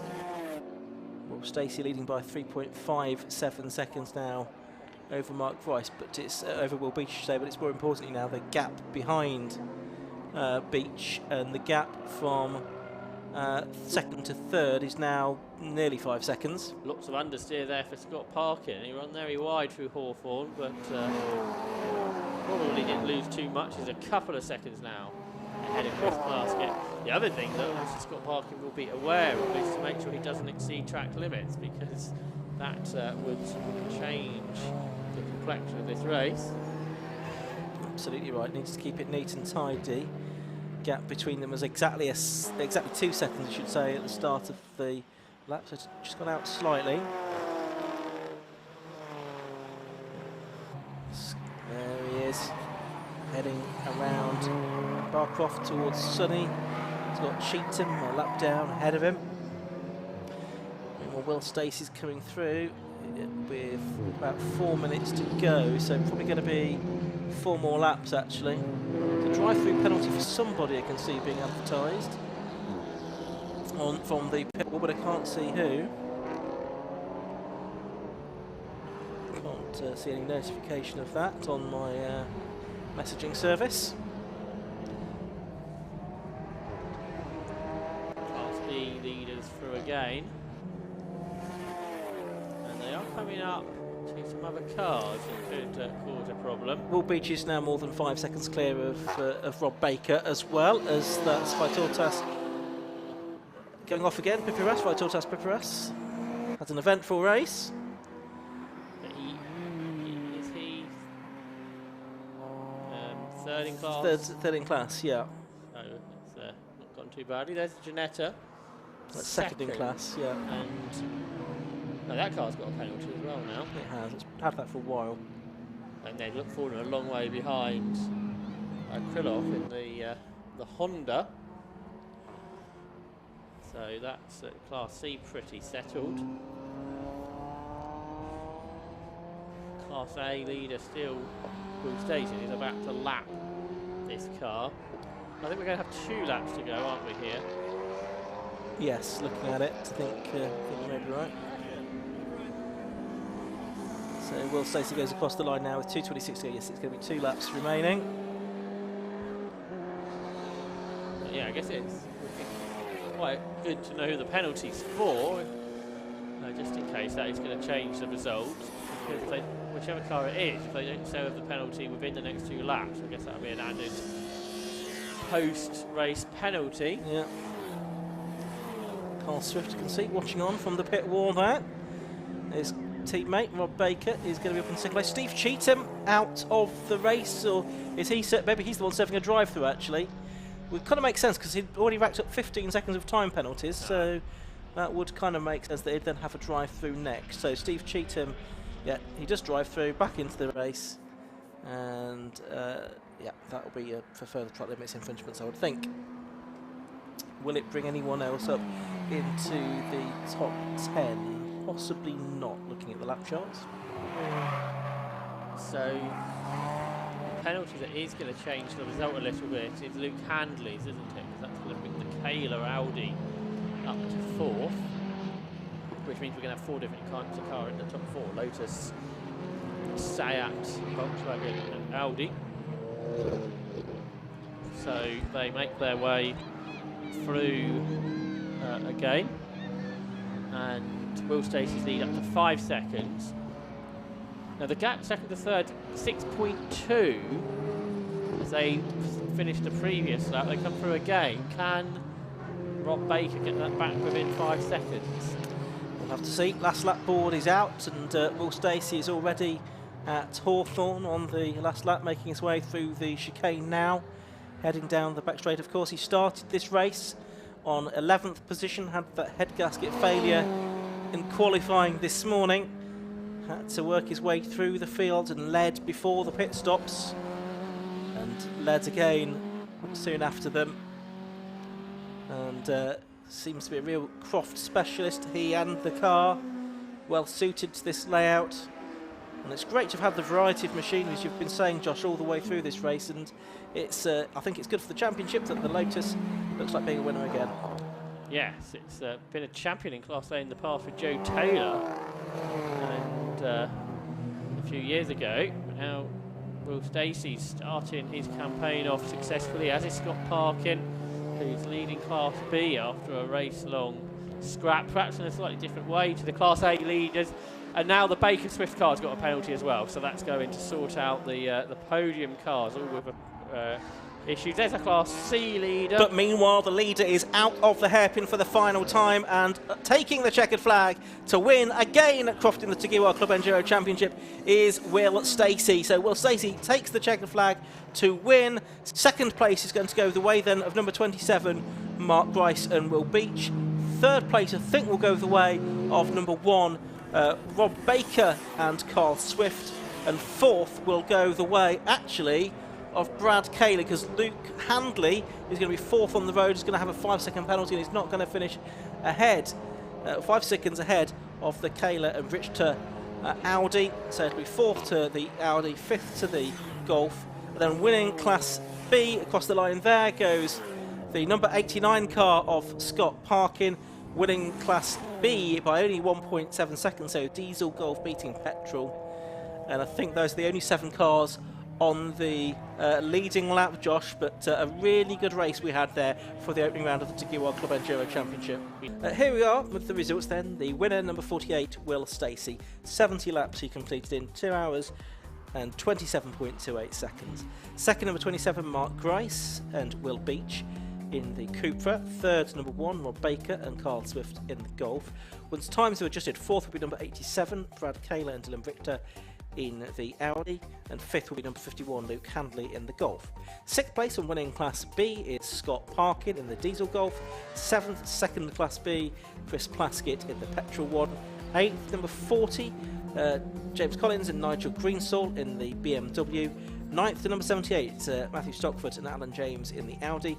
Rounding out the top 10 will be number 43, Steve Cheetham in the Porsche Boxster. And talk to our Class B winner, Scott Parkin. Well, you were very confident in qualifying, and the confidence continues, I guess. Yeah, I probably shouldn't have done, because Plaskett were just behind me. Well, I think we had about a 12-second lead, then there were safety car bunched us back up. He pitted, then there were another safety car, then I pitted after that. Came out expecting to be back in the lead, and Ruben said on the radio that he was 12 seconds ahead. I'm like, right, how's that happened? You know, I'm pretty sure I've not gone that slow in the pits. So had that to make up. Then another safety car bunched us up, but I were probably a few seconds away from him at that point anyway. And then I got lucky at the restart. He got held up in the chicane, so managed to get round him. And then it was just a case of controlling the pace. But I just walked around the other side of the car, and the front left tyre's flat. So I think the race ended just at the right time. So. yeah, pretty happy, and I'm not 100% sure, but I think I got the lap record as well, so only by maybe 0.05 seconds, but yeah, I'll be happy if I get that as well. Awesome. I mean, this sounds like a great start to a championship bid as well. Of course, you were in the B cars last year, very competitive there. So do you think we can make the difference this year? Yeah, I hope so. We've started as we mean to go on. Last year, we were doing really well in the first race and then had engine trouble. So the idea behind all last season was just getting this reliable. We knew we were going to struggle for the championship, and we came 2 points away from it in the end. So yeah, if we keep this reliability, we'll see what happens. But I think this new safety car rule is going to mix it up a little bit, because the 30, 20 and 10-second penalties for first, second and third used to be pretty neutralised with the safety car. Now that's not quite the same, so I think it's going to be a bit difficult, so we'll see. Lots to look forward to in future races. Scott, congratulations to you and the Darkside team. A fantastic job.